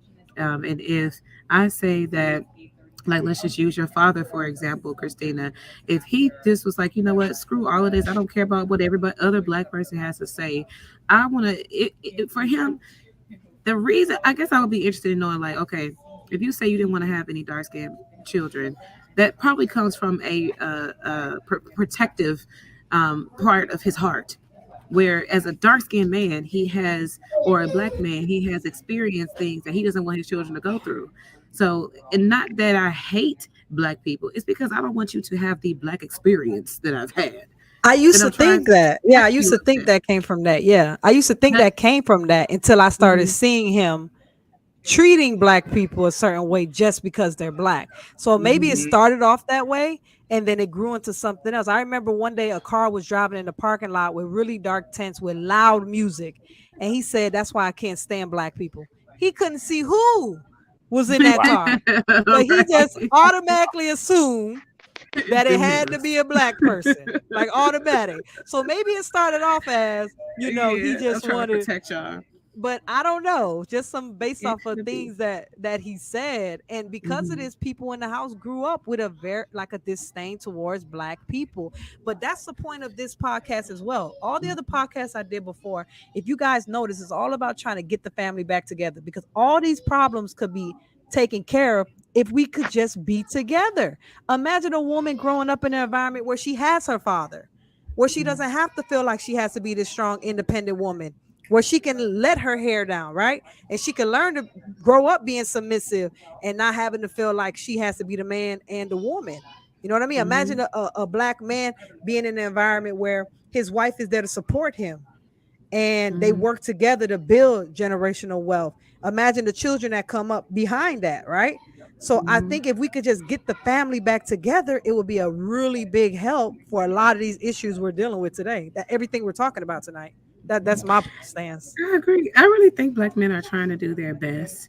To like Stanley said, I think it was Stanley, or either I forgot who said it. One of y'all said to be patient with us, and I'm glad it was that you said it because it's important for us to be patient with each other in general, considering the fact that none of us have all this stuff figured out. None of us really do know how we want to enter the future. Just identifying with these cultural identities or these cultural brands that have been given to us. So it's like, okay, my goal in this life is to be myself, is to be a friend, is not to be something that is just commonly accepted among people. My goal is to have purpose and passion and desire behind everything I do. And so, however I define that and reach those conclusions, it's going to be up to me. Nobody else has to live my life, walk in my shoes, eat my food, have my children for me, raise my kids for me. All this stuff is going to be my private experience. But what I like to say about my life is that I live my life as a living sacrifice to God. And so the way I live is in honor of what I think God wants me to do, which is me just being supportive of the people that I identify with the most, helping the people who I believe are deserving of it.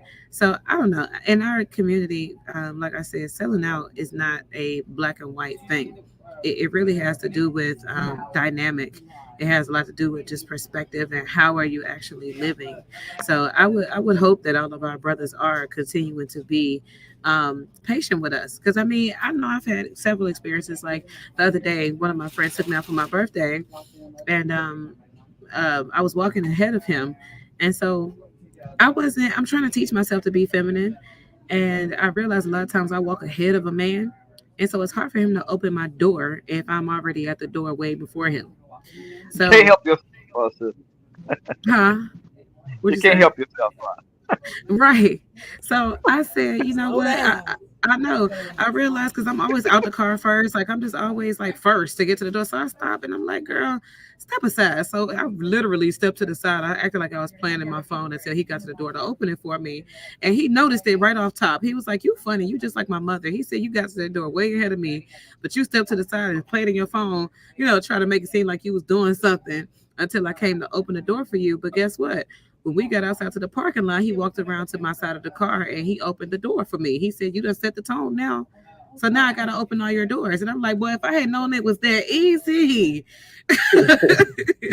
I would have been stepping to the side.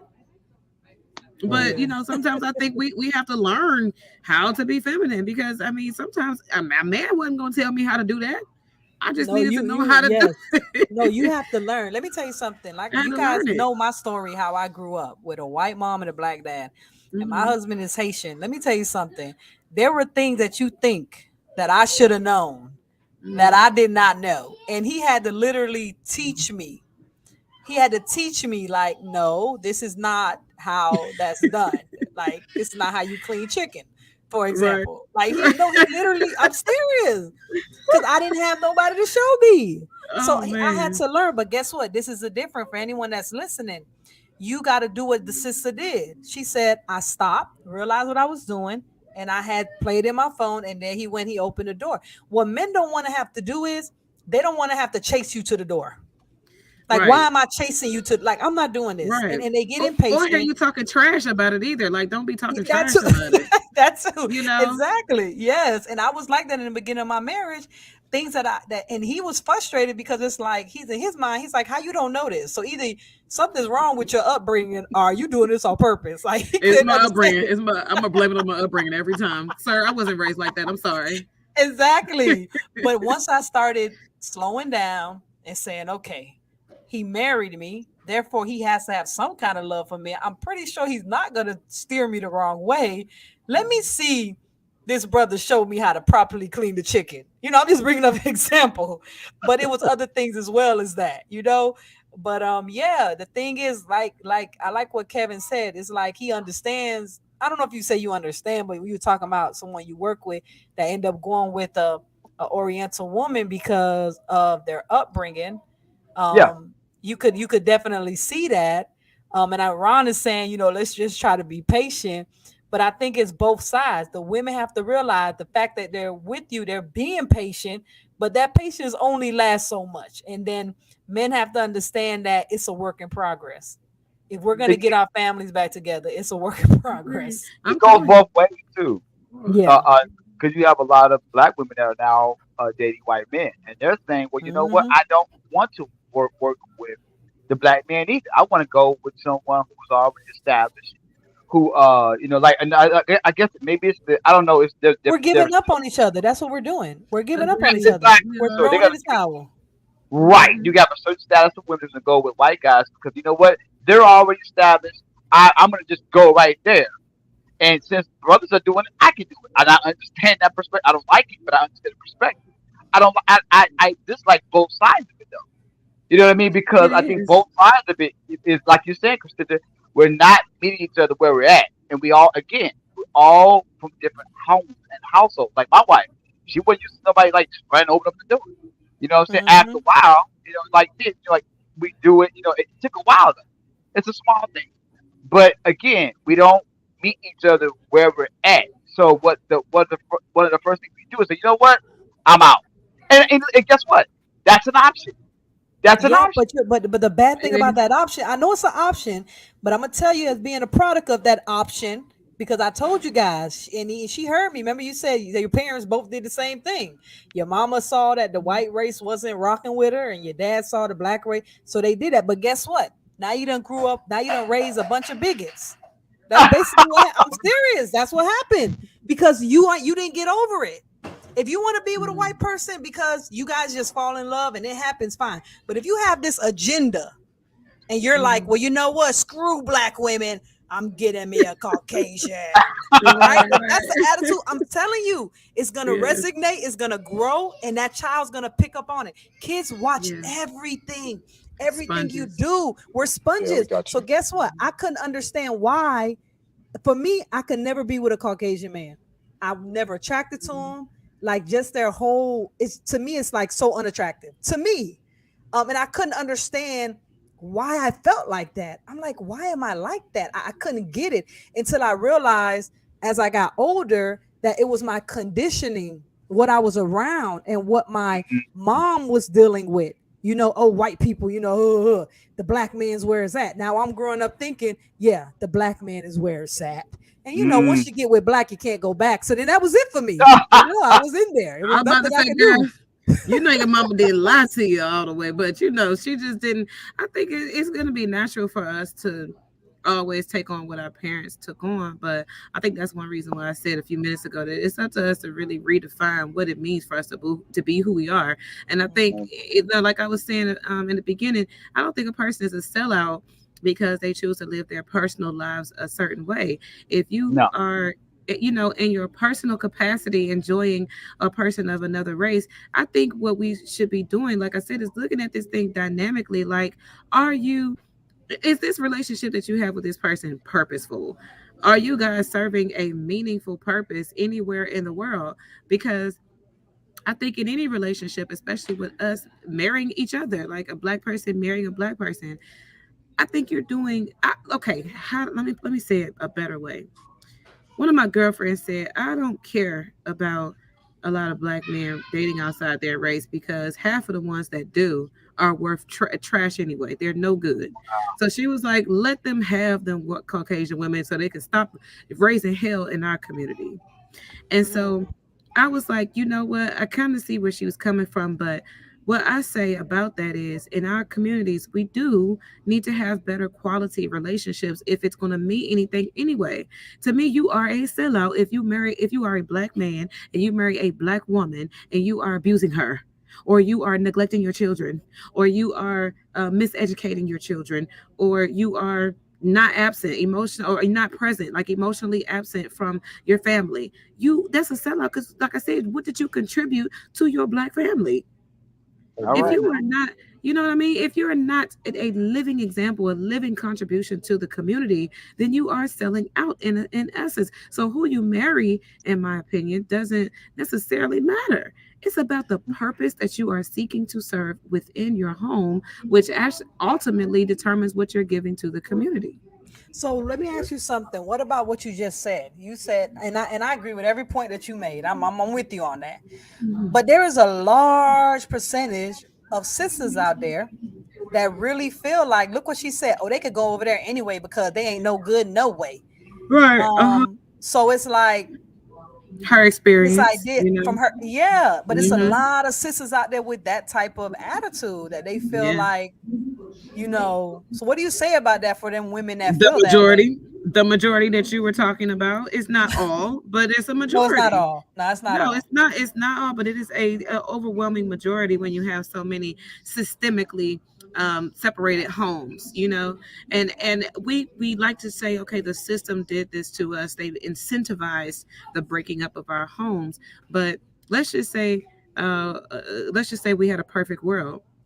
Those men who were being systemically removed from their homes, what if they would have said back then, you know what, we're going to band together, we're going to create businesses to where we can support our women instead of having our women be supported by the government. We're going to figure this out because we're not going to be separated from our families. We're not Mm, going to Yeah. allow, like, we see that this is going on, but as men, we're going to do something together to stop this from happening because we see. But what happened was, I believe, in our cultural conditioning, is that those men were drugged. They were taken away to Vietnam Wars. They went over there and got experimented on with Agent Orange and crack cocaine hit our community. Wife being taken, all that. Yeah. Yes, we were being hit from all sides. And I Every just corner. honestly Yeah. believe, right, logistically, and just being realistic, I don't think our homes could survive that Was type of possible. Yeah. attack. It was impossible. So it's like we could have But done right certain now it's possible. things. Right now it's possible. A Right lot now of it it's is. possible Yes. because we done caught on to the games. We have so much access to people, like even like this channel, Let's Talk Podcast, where people are actually talking about these things. But another point that I want to bring up is what you said about I talk about this with my husband all the time. It starts with the men. That was always my problem with Yes. Kevin Samuels. I'm not Yes. saying Kevin Samuels wasn't speaking some truth. He was, Yeah, but I he could never was. understand why would he go to the women and say you need to this and you need to do Right. that. Talk If to I your have brothers if and I have shut a up. problem, yeah, if I have a problem with the company, right? They Yeah. messed up my order, whatever. And I don't get things fixed like I want by the secretary. I'm speaking to the VP. I need the VP to fix this because the Mhm. secretary is slipping right now. So I never could understand why he did that. Instead of trying to create an environment where men will step up now and say, like you said, I don't want my sisters living off the government. I don't want this. Mhm. We need to fight. We need to come together. This is enough, right? But guess Mhm. what? When you're a sister and you can get more benefits from the system and don't Mhm. have to be submissive, you don't think you're gonna fight back from that type of ideology that a lot of men are having now? Like I want to be the leader. I'm gonna take care of my home. And then when they attempt to do it, the sister's thinking, well, wait a minute, I could get child support, I can get spousal support, I could get Section 8 Mhm. food stamps and work my part-time job, and I ain't got to listen to you. Ooh, ooh, let me say so. Ooh, okay, okay. I'm not gonna take over the conversation. I promise y'all. You Um, good. We enjoyed it. but I appreciate that. So I think in that sense, where we have to really like split the hairs is our brothers are not acclimated to us and we are not acclimated to them. The cultural conditioning that we have endured, it is inverting the roles of the man and the woman. So for the woman to be more independent and more masculine and wanting to be a go-getter and ambitious and all these things to take care of her home, she's doing that in a way that she believes to be very logical and very practical. So in our situation, we meet men who have been feminized, who a lot of times have become mama's boys, and they are, spoiled from their mothers and from not having a father in the home. And so when it comes time for them to meet a strong woman, and that woman can run all over him, it is going to be difficult for her to respect him enough to make him or allow him to be the leader that he wants to be, because she's looking for a man that is not a pushover. She's looking for a man that's going to be able to outwit her in a lot of situations. She's going to be looking for a man who has the type of, I guess, spine. But I got To, I got to interject in that for a second, and I'm gonna let the hmm brother speak on that. See, from hmm talking to men, what you said, I went to men with this before, and a lot of men say they don't want to deal with that. If I have to show this woman I have a spine, show her that I can't be ran over, if I gotta go through all of this, then I don't want her. Like in a type of situation like that. But what do you think, brothers, about at the what she court. said? Mm. Well, yeah, I would agree with you. I mean, some men wouldn't want to deal with that. I don't think it's a competition, especially if you trying to get married. It's not a competition on who can make the most money. I mean, you know what I'm saying? It's our money, you know what I'm saying? We getting married, or who has the most degrees, or I don't think it should. I think we turned it into a competition, and that's the problem. Why have to be a competition? If let's say you marry this woman and you know she's already making let's say over 200 grand a year.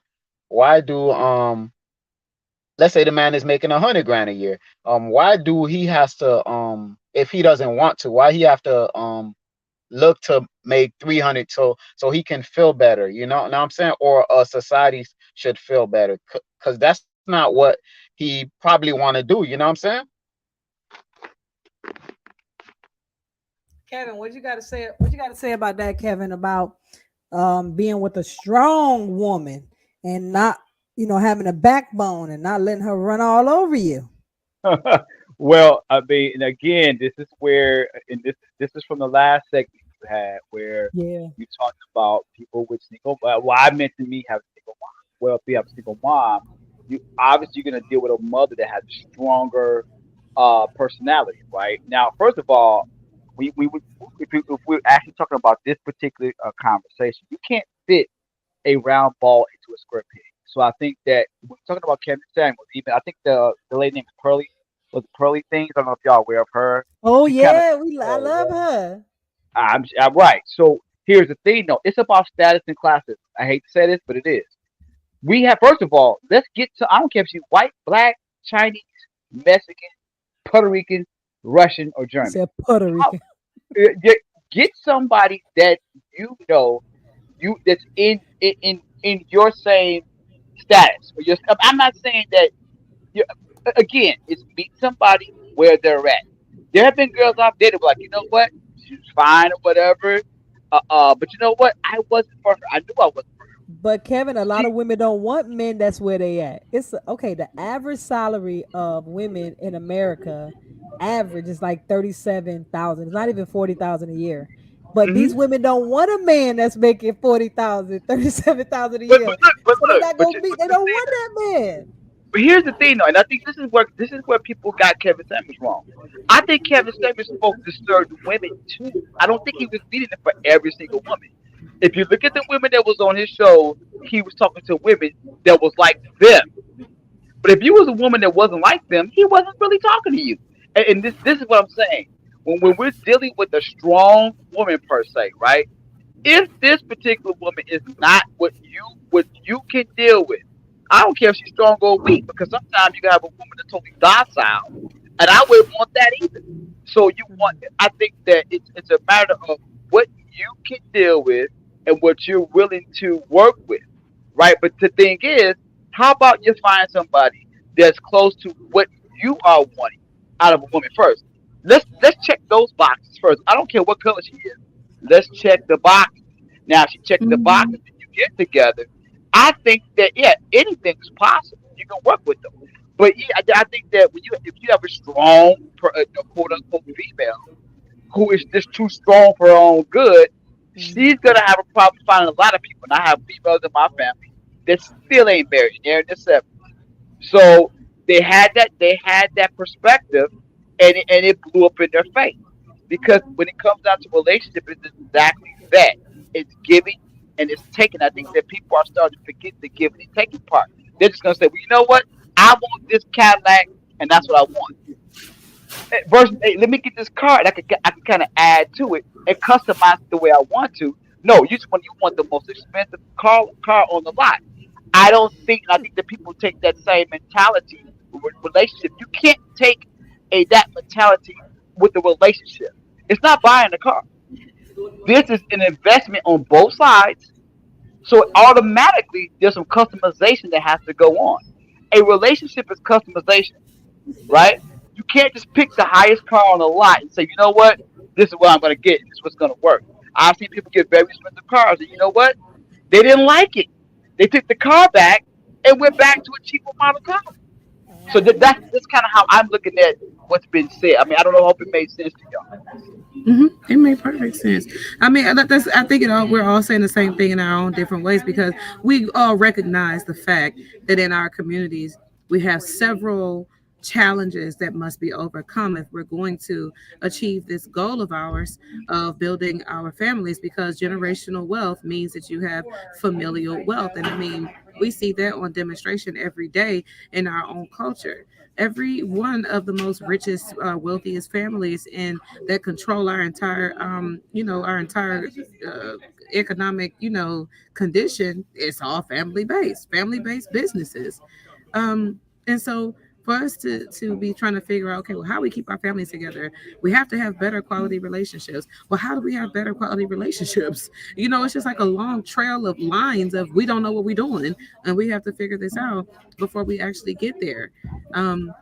And I think it's just going to be, trial and error, until we actually do figure out what is it going to be, with us, because we have masculine women, we have feminine men, we have, we have cultural issues trying to, gain wealth. We have redlining and gatekeeping going on. We have crab in a barrel, crab in a barrel Mentality. mentalities.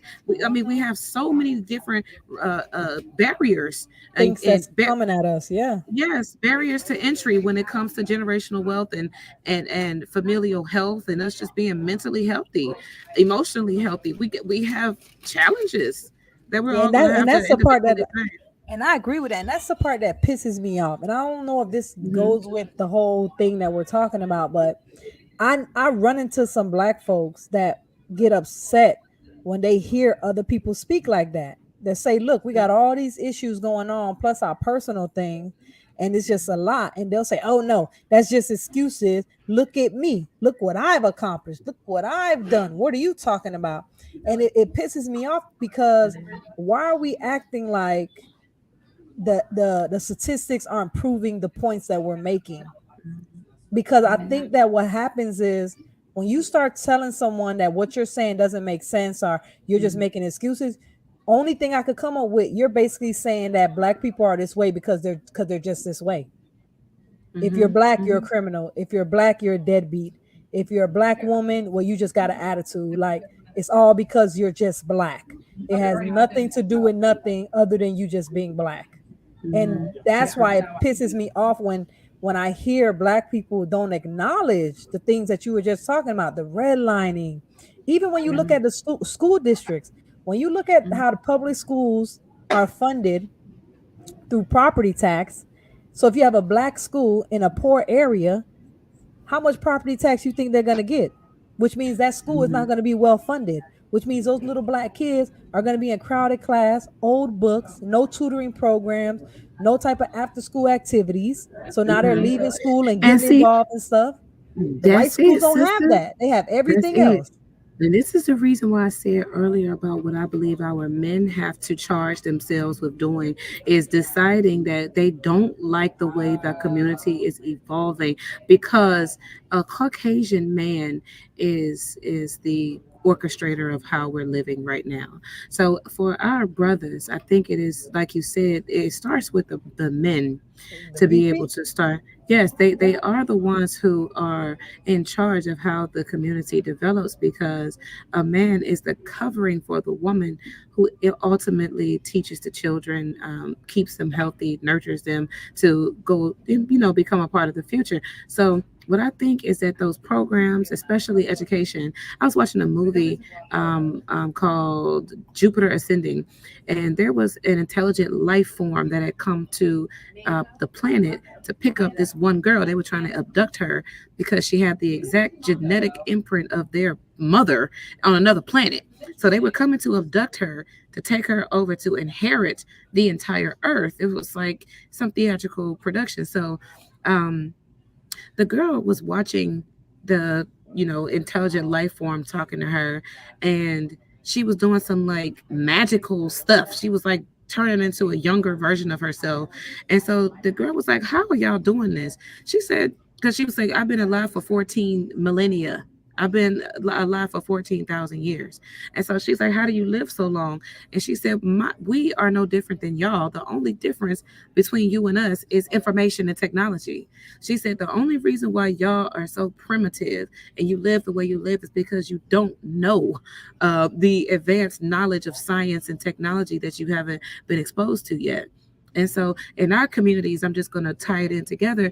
I think that's what we are suffering from is that many of the Ignorant. advancements, right? Many of the advancements that we have not made in our communities, it comes from the fact that, like, for example, our political system, it is structured in a way that is based on something we have no idea where it comes from. We just blindly compete. I mean, excuse me, we blindly comply to it because we don't understand the whole political setup as to how a foreign nation of people came over here to our country to start governing us and telling us what to do on our land. Could you imagine if my black ass went over to China and set up a DMV and told Chinese people that they had to start registering their cars to me, and I was going to be the one to tax them? What do you think them Chinese people would do to my black ass?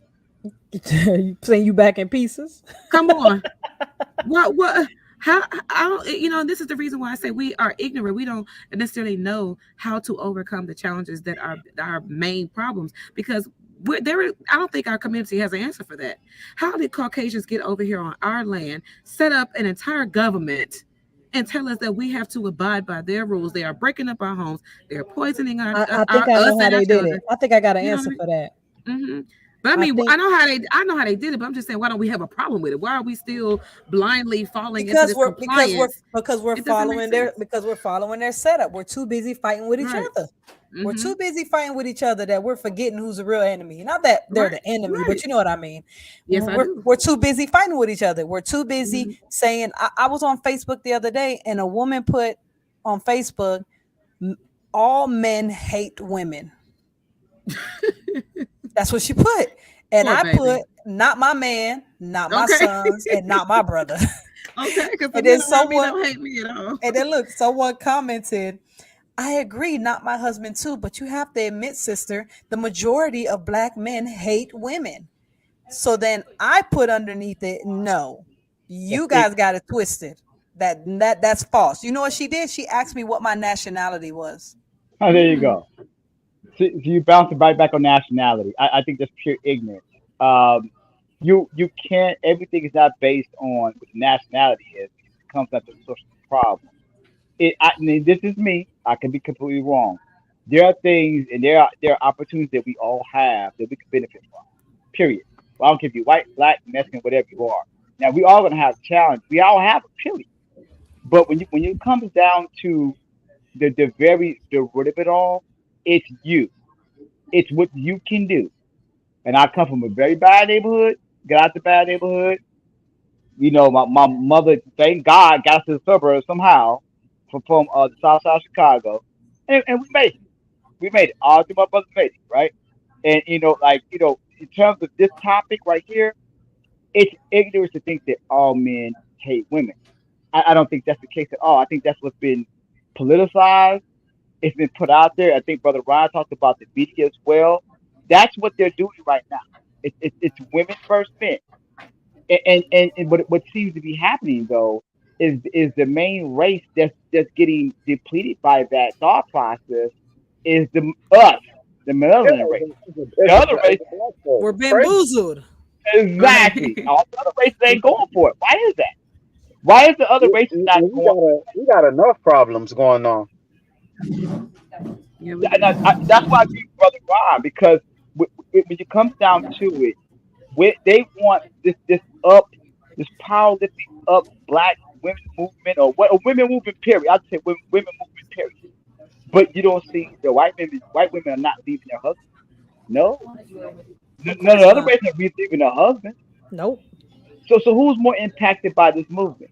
We are. It's the And then look at the movies they got, Kevin. Look at their movies. exactly Woman King. Like they're woman pushing it king. hard. And, Come and, and not just that, you got women out there calling themselves boss chicks. I was telling someone the other day, let me tell you something. This whole boss chick mentality, it ain't real. Okay. You got a Mm-mm. small percentage of females out there that are on. actually boss chicking it up. Most of these women are living off of the government, are busting their butt, Mm. working a 9 to 5, and barely got money to bury themselves when they leave this earth. So That's ain't the nobody boss chicking nothing. But it's a facade. We have been bamboozled. Yes, we have. Yes, And I'm we swindle. sick have. of it. Swindled. We have been, and why do we fall for it? You know why? Because of the money, man. Let me tell you something. When you got somebody standing in front of you saying, "Look, man, I'll take you out your neighborhood. I have your face plastered everywhere. You have all the money you want. You get your family out the hood. All you got to do is put on that dress, stand in front of everybody, and say these lines. Woman, all you got to do is say you a strong black woman and you don't need no man, and say these lines, and you're gonna have it all." And, Mhm. and we just go and we follow it, destroying our own community, just like the crack that the sister was talking about, how the crack came into our Yeah. communities. Did anyone ever ask themselves, well, how did it get there? Right. Exactly. These people didn't Just have no out of planes. nowhere. These people didn't Right. have no connect. How? Where did they Right. get? Where did it come from? We're poor. We're in poverty. Like we Right. don't have We wasn't all the way in transportation. Colombia bringing us We don't over even know how to get there. here. We've never even left our state, let alone our country. So how the Right. heck did it get here?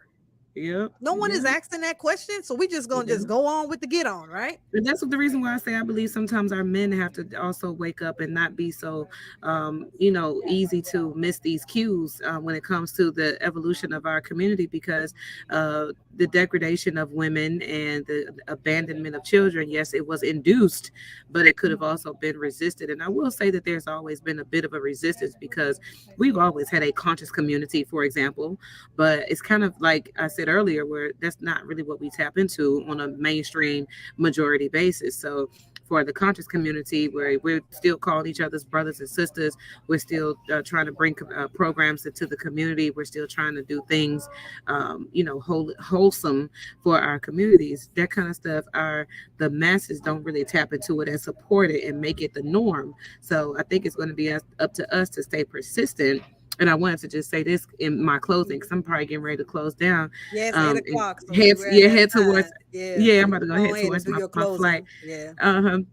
But I wanted to say, I think just for me, what I choose to do as an individual, since I'm wrapped up in this skin and I have this hair and I have these lips and I have this nose, I am going to um, just resolve. And what I have done in my life is to resolve that I will seek purpose in everything I do. If it's my community that I want to build, then I'm going to purposefully make sure that the things in my life are geared towards that, so that I find some inspiration in this skin that I'm in, so that I'm not just walking around wallowing in the trends, the trending hate for other cultures or hate for the other gender. I'm going to listen. And I realize that the more I invest in myself and the more I seek after my purpose, the better my quality of life gets naturally. Because, like, for example, before I was walking in my purpose and speaking my truth and, really having an intention behind all the things I did, no one really understood me well. But then when I started to become an expressive person and I'm expressing the reasons why I do things and the type of impact I want to have on my community, better quality people started coming into my life. I started Hello. dating better quality men, started having deeper business relationships, started getting referrals, offers for jobs. And like I said, when I tapped into the stuff that my friend was talking about, being creative, going out networking, seeing the positive part of life, my quality of life has just increased naturally. So that's how I feel like each one of us need to enrich the community. We have to enrich our own approach to the community itself by improving our quality of life. How you look at the world is going to determine what you have to contribute to it. Mm. Yeah, And that's yeah, just plain and simple. You're not going to yeah. contribute anything better to the world if you don't see the world as anything better. It's like you're not going to go and put gold in a toilet. You're going to go boo boo in the toilet because that's what it's That's what the for. That's toll what is you made see. for. Right. That's what you make. So if you see it as, okay, this is what this thing is for, then this is what I'm going to contribute to it. So if I see the world as a vineyard of, grassy knolls, and I want to go frolic and I want to be happy and I want to, spread happiness and all that, if that's the world I see, that's what I'm going to contribute. But if I see it as a dark and grim place and it's not a place where I want to open up and trust people and I don't like them folks, guess what? That's the world that you're getting ready to live in. Exactly. And that's what I think those women were saying on that post when they were saying men hate women. The thing is, that's what they're around. That's what they're, Yeah, because that's their attitude, right? yeah. So Y'all instead of don't them see saying, you nothing know different. what, I need to change my environment, I need to maybe be more selective to who's going to be in my circle, who I'm going to allow to be in my life. I'm going to start hanging out in different spots and areas and change my life some. No, they say nothing ain't wrong with me. It ain't me. I make It's great choices. them. Every Right. man that I I'm got with great. beat me upside my head, but it ain't me. These Okay. 6 men that beat me up, that's them. I'm perfect. It's just every man is just violent, right? Oh, So maybe yeah, we that's could maybe that's a we could great do point. another topic about that next week and talk about women getting abused consistently. Yeah, because it makes no sense. Where are You you know, going? Are you going to a woman beating conference? Like all the men right? that beat women just meet How every are you getting Friday these? at eight Yeah, o'clock, and then you just go there in the parking lot and say, right. Tyrone, you beat too? Come over here, let's go out. What a It's guy I'm the digging named why. Tyrone. Tyrone, I don't know why I said And it, I but I hate it because said it. I do it all the time. I be like, you just because you Tyrone. That's your problem. Because Yes, your name is exactly. Tyrone. Pookie and Ray Ray, right? Right. But yeah, thank you again. Make sure you share out your podcast, all your information with us, and then we'll hear from Absolutely. the guys for closing statements. But yeah, let us know your information again. Yes, I'm on Instagram. Entertain the thought with Reese. That's my whole long Instagram tag name. But it's also entertain the thought on Spotify and YouTube, all that same name, different platforms. But I'm Reese Roberts, and this is me. Everything I do, you pretty much gonna get the same version of me. I evolve, of course, but I'm pretty consistently real and transparent as much as I possibly can be. Well, thank you again for showing your face. I'm trying to get her to be a regular speaker, you guys. And So will make be, sure yes. anyone that's watching the replay, y'all just comment in there. Come back, Reese. Come I will. back. So I will yeah. be back. I will be back. I Now, promise. Kevin, Kevin J, you want to just say some final thoughts? Definitely, I want you to speak on one more time about if a man chooses to date outside his race, is he a sellout or not? And then just give us your final thoughts on the conversation tonight. Oh yeah, gladly, gladly. Yeah, if a man to did outside his race, is he a sellout? Absolutely not. I think that's just absolutely ignorant, for anyone. I think that that's something that just put out there when you don't know, when you put yourself in other people's shoes, you try to make that person's judgment yours, then that's pure ignorance. Everyone comes up from a different place, everyone comes from a different background, everyone has experienced different things from different people and different folks. So yeah, absolutely, that's just the ignorant thought process. It's something that if people think that way, that's something that is in their mind and in their spirit. And once you try to put your mind in someone else's mind and make them believe what you believe, you're already doing something that's negative because you don't know that person. Like my guy at my what I work with, he dates a Chinese woman. I didn't bang on her brother for that. I didn't say, I mean, because I don't know what the situation was. Who knows what his background was with his own race? I got my own story with my own race.